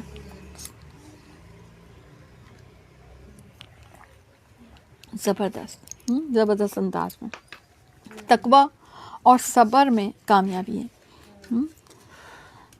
اور دیکھیں آپ یوسف علیہ السلام کامیاب ہیں، یہاں سے پتہ چلتا ہے. کتنا خوبصورت انداز ہے بات کرنے کا، نہ کوئی تانا، نہ کوئی ان کو. ہم اگر ہوں کہیں پر اور ہمیں کوئی پاور مل جائے تو ہم تو اس پاور کے نشے میں حق بات کہنا بھول جاتے ہیں. اور یہاں پر جو ہے اتنے بہترین انداز میں ان کو صرف انفارمیشن دے رہے ہیں یوسف علیہ السلام. یہ بھی نہیں کہہ رہے کہ وہ دیکھو کنواں یاد تھا، کچھ نہیں، بس یہ یاد ہے تمہیں جہالت میں. اور یہ آپ دیکھیں کہ الزام کس کو دے رہے ہیں؟ جہالت، کہ تم جاہل تھے. اگر جاہل نہیں ہوتے، یعنی خوشگمانی کا انداز یہاں سے سیکھیں آپ، کہ اگر تم جاہل نہیں ہوتے نا تو ایسا نہیں کرتے میرے ساتھ. خوشگمانی دیکھیں ذرا اپنے بھائیوں سے. سبحان اللہ. ٹھیک ہے. اور کہتے ہیں کہ پرہیزگار اور صبر اگر کوئی کرے تو اللہ تعالیٰ نیکوکاروں کا اجر ضائع نہیں کرتا. انہوں نے کہا اللہ کی قسم، اللہ تعالیٰ نے تجھے ہم پر برتری دی ہے، اور یہ بھی سچ ہے کہ ہم خطا کار تھے. ٹھیک ہے نا. کہا جاتا ہے کہ ان کے اسی جملے کی وجہ سے ان کی توبہ قبول ہوئی تھی. قالوا تاللہ لقد آثرک اللہ علینا وان کنا لخاطئین، اور بے شک ہم خطا کار ہیں. جواب دیا آج تم پر کوئی ملامت نہیں، اللہ تمہیں بخشے، اور وہ سب مہربانوں سے بڑا مہربان ہے. اب آپ دیکھیں یہ بھی بڑا خوبصورت انداز تھا. دیکھیں بعض اوقات آپ کا صبر، آپ کا اچھا انداز گفتگو، آپ کا اچھا انداز سرپرائز کسی کو توبہ استغفار کی طرف لے آتا ہے. ان کے بھائی اگرچہ خطا کار تھے، یہ چاہتے تو ان کو زندان میں ڈلوا سکتے تھے، یہ چاہتے سزا دے سکتے تھے، یہ چاہتے بدلہ لے سکتے تھے، مگر کیا اس سے یہ بھائی چینج ہوتے؟ کیونکہ آپ دیکھیں چینج ہوئے ہیں فوری طور پر. یہ اپنی خطا کے، اور سچی توبہ تھی، کیونکہ بعد میں اپنے والد سے بھی کہیں گے کہ آپ بھی ہمارے لیے توبہ کیجیے گا. تو ان کی سچی توبہ تھی، ایک دم جیسے ڈاؤن ٹو ارتھ ہو گئے. ٹھیک ہے نا. تو ان کی سچی توبہ میں آپ دیکھیں یوسف علیہ السلام کے کردار کا، اور ان کے اخلاق کا، اور ان کی باتوں کا، اور ان کے انداز گفتگو کا کتنا زیادہ جو ہے نا اثر ہے، اور کتنا زیادہ رول ہے. یہ آپ دیکھ رہے ہیں. بعض اوقات ہماری زندگی میں کچھ اچھا ہوتا ہے نا، تو ہم بھی یہ دیکھیں کہ محسنین بننے کی کوشش کریں، بجائے اس کے کہ دوسرے کو تانا دیں، دوسرے کو. بس ٹھیک ہے نا، اللہ نے ہمارے ساتھ اچھا کر دیا، ہم کیا کرتے ہیں؟ ہم پرانے غم نہیں بھولتے. ہاں اس نے فلانے دن، مجھے یاد ہے 6 سال پہلے اس نے میرے ساتھ ایسے کیا تھا. ہم وہ 6 سال پہلے کا غم نہیں بھولتے. نہیں، مومن تو 6 منٹ پہلے کی بھی کوئی اگر اس کے ساتھ کوئی کسی نے ظلم کیا ہوتا ہے وہ بھول جاتا ہے. یہ تو کوئی بات نہیں، اللہ نے اگر میرا حال پھیر دیا، صحیح کر دیا، میں کیوں اب اس سے گلہ کروں؟ ہم ماضی کے لوگوں کے، اچھا ہونا یہ چاہیے کہ ماضی کی اپنی خطاؤں کو یاد رکھیں. ہم کیا کرتے ہیں؟ ماضی کی دوسروں کی خطاؤں اور دوسروں کے قصوروں کا یاد رکھتے رہتے ہیں، جس سے ہمارے حال پر یا ہمارے فیوچر پہ کوئی اثر نہیں ہوتا، برا ہی اثر ہوتا ہے جو ہوتا بھی ہے. اس سے تو ہماری استغفار نہیں ہوگی نا، اس سے استغفار ہوگی نا کہ اپنے قصور اور اپنی خطا یاد کریں. ہم نے بھی کچھ تو غلط کیا ہی ہوگا نا کسی کے ساتھ. ٹھیک ہے. اس کی وجہ سے کیا ہوتا ہے کہ نہ وہ چینج ہوتا ہے اور نہ ہم چینج ہوتے ہیں. آپ دیکھیں لوگوں کی زندگیوں میں، ایون کپلز میں عرصہ گزر جاتا ہے، وقت گزر جاتا ہے، اور وہ جو تم نے اس دن میرے ساتھ کیا تھا نا، وہ ابھی تک میں بھول ہی رہی ہوں، مجھے ابھی تک یاد ہے. تم نے جو شادی کے دوسرے دن جو میرا دل دکھایا تھا نا، مجھے ابھی تک بھولا نہیں. تم نے اس دن، اچھا والا کپل چل رہا ہے بہترین مری کی برف باری میں، اور وہ یاد کر رہے کون سے دن جو آپ نے میرے ساتھ ایسا ظلم کیا تھا نا، تو پھر ہمیں یاد ہے. وہ بس پھر وہیں سے وہ اس سے کیا خیر ہوگی؟ اب وہیں سے معاملہ لڑائی، اکثر بیشتر کپلز میں لڑائی ان چیزوں کے اوپر ہو رہی ہوتی ہے. اس سے کیا ہوگا؟ اس سے کیا فائدہ ہوگا؟ بلکہ آپ سب کچھ یہ یاد رکھیں کہ سب کچھ آپ کی تقدیر میں ایسے ہی ہونا تھا. حضرت یوسف علیہ السلام تقدیر کو ایکسیپٹ کر چکے تھے, ان کو پتا تھا ایسے ہی ہونا تھا, یہ چیزیں ایسے ہی ہونی تھی, ٹھیک ہے نا. تو بھائی کو تو الزام ہی دے رہے. تو انسانوں کو الزام دینا, یہاں سے ہم نے ایک اور چیز سیکھی کہ انسانوں کو الزام دینا چھوڑ دیں. اگر دینا ہی ہے تو پیچھے شیطان کو الزام دیا گیا, ادھر جہالت کو الزام دیا گیا, ٹھیک ہے. اگر دینا ہی ہے تو شیطان کو الزام دیں, اچھی بات ہے, شیطان پہ اور جو ہے نا لانتے بھیجیں. جہالت کو الزام دیں, جاہل تھے تم, اس کو علم کی طرف ہی لے آئیں. شاید آپ کا اس کی جہالت کو الزام دیں, وہ اس کے دل میں, آپ سوچیں نا کہ اس کے دل میں ضمیر کیسا اس کو مار رہا ہوگا. ویسے ہی آلریڈی وہ بیچارہ بڑی پریشانی میں, اوپر سے آپ اس کو تانا زنی شروع کر دیں گے. پھر اس سے کیا ہوگا کہ وہ زیادہ غلبہ ہو جائے گا, تو کہے گا بس میں تو ہوں ہی برا, تو میں تو اب برائی کروں گا. ٹھیک ہے, کر لو جو بھی کرنا ہے, ہاں بھائی ڈال دو. وہ پھر غصے میں آ کے یہی بات کی. جبکہ اگر آپ اس کو, اگر آپ کیریکٹرز کو چینج کرنا چاہتے ہیں نا, اگر آپ کردار, ہم اسی لیے کردار سازی ہماری امت نہیں کر پا رہی ہوتی نا, کیونکہ کردار سازی ہمیں کرنی نہیں آتی. آپ دیکھیں ٹیچنگ میں, یا آپ اگر کسی اسکول میں کہیں پڑھاتے ہیں, ایون آپ لیکچرر ہیں, آپ پروفیسر ہیں, یا آپ جو ہے اس میں ہیں, لوگوں کے سمجھانے کی فیلڈ میں ہیں, تو آپ دیکھیں کہ اس طرح سے لوگ چینج ہوتے ہیں کہ ان کو تانے نہ دیں. تانے سے کوئی فائدہ نہیں ہو, آپ کے گناہ میں اضافہ ہو جائے گا. ہمزاتن لمزاتن والا اگر وہ آپ آیت یاد کر لیں, آپ کے گناہوں میں آپ کی تانا زنی, آپ کو تو اللہ کو تو پسند ہی نہیں ہے تانا زنی, تو پھر آپ اللہ کی ناپسند ٹھہرے نا, ٹھیک ہے. تو بجائے اس کے آپ اس, اگر وہ آ بھی جائے, مل بھی جائے کوئی آپ کا, جس نے آپ کا قصور کیا ہے, اب وہ ایکسیپٹ کر بھی رہا ہے, نہ بھی کر رہا ہے, اس نے تو ایکسیپٹ بعد میں کیا ہے, پہلے آپ نے خیر دکھا دی, ٹھیک ہے نا. پہلے انہوں نے کیا, حضرت یوسف علیہ السلام نے نا, انہوں نے تو بعد میں پھر معافی مانگی. تو آپ کا جو اچھا اخلاق اور کردار ہے نا, وہ دوسرے کو بھی اچھا بنا جاتا ہے. یہ بھی بڑا ہے. اخلاق اور کردار بھی, اخلاق اور کردار والے کی صحبت سے بھی اخلاق اور کردار جو ہے وہ جو ہے اور پنپتے ہیں, یوں سمجھیں, ٹھیک ہے نا. تو یہ آپ دیکھیں کہ جیسے میں نے ایک دفعہ کہا تھا نا, صاحب تقویٰ سے تقویٰ لگتا ہے, شاید میں نے الحادی اسٹوڈیو پہ میں نے کہا تھا, کیونکہ وہ میچنگ ہوتی ہے اس کی, مطلب اس تقویٰ میں بھی کچھ ایسی ریز ہوتی ہیں کہ جو دوسرے کو اثر انداز کرتا ہے.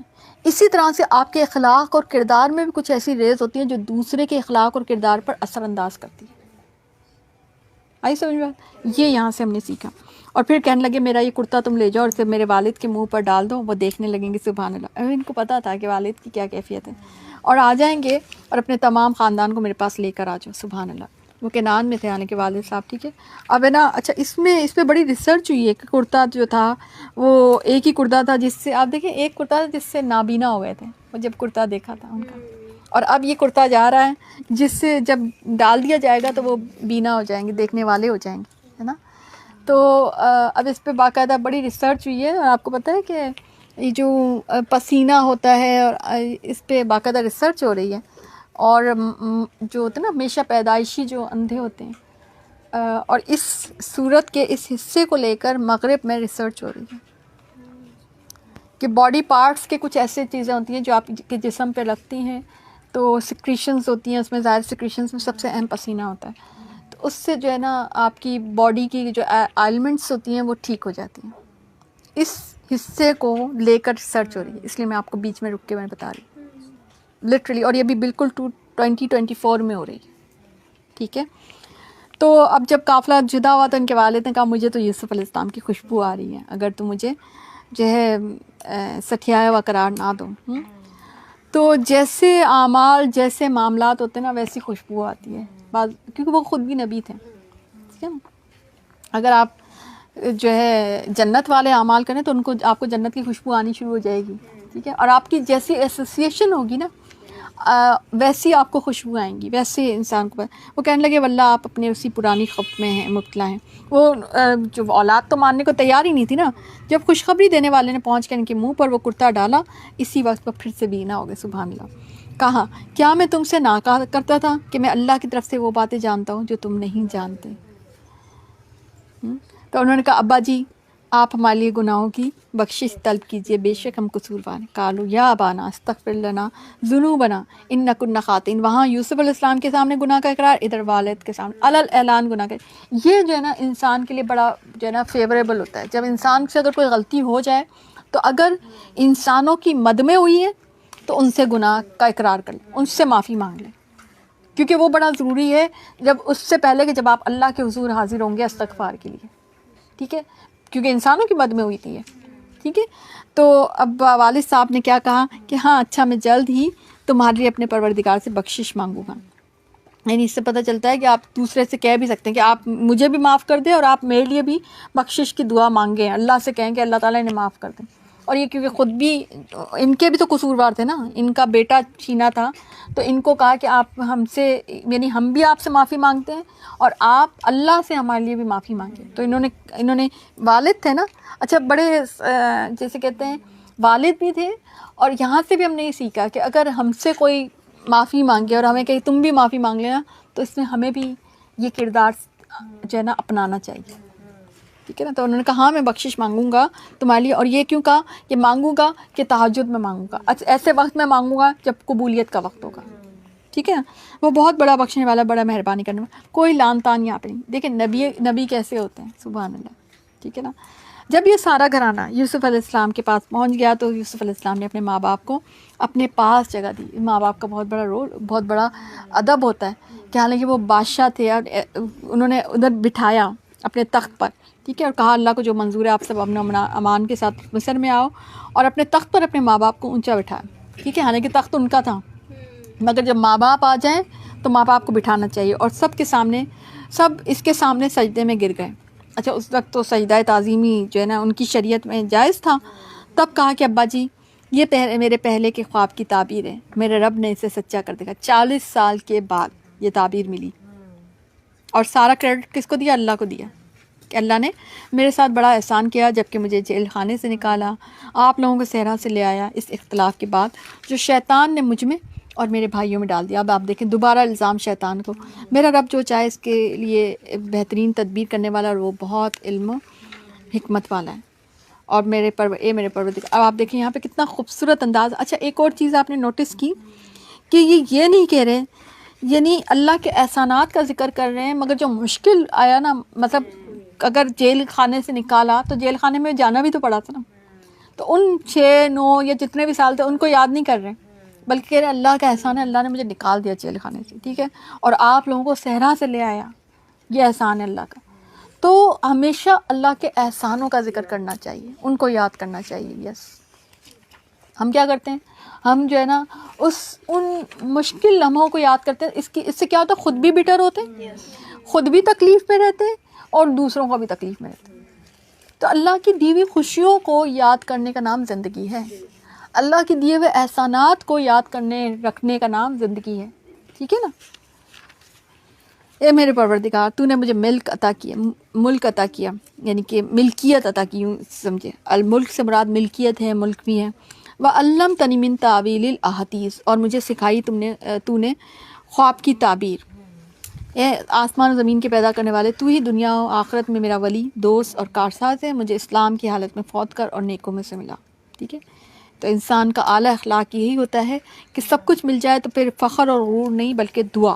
اب انہوں نے دعا مانگی، ٹھیک ہے نا، کہ اللہ تعالیٰ، اب آپ دیکھیں کہ دعا بھی بڑی خوبصورت ہے کہ پہلے اللہ کے احسان کا ذکر کیا، اللہ کی تسبیح کی، اور پھر یہ کہ اللہ تعالیٰ تو ہی دنیا اور آخرت میں میرا ولی اور دوست ہے، اور مجھے اسلام کی حالت میں فوت کر اور نیکوکاروں میں ملا، یعنی کہ نیک صحبت کی، نیک لوگوں کی دعا جو ہے نا وہ مانگی۔ تو نیک لوگ کہاں پہ ہوں گے؟ جنت میں ہوں گے، ٹھیک ہے، صحیح ہے نا۔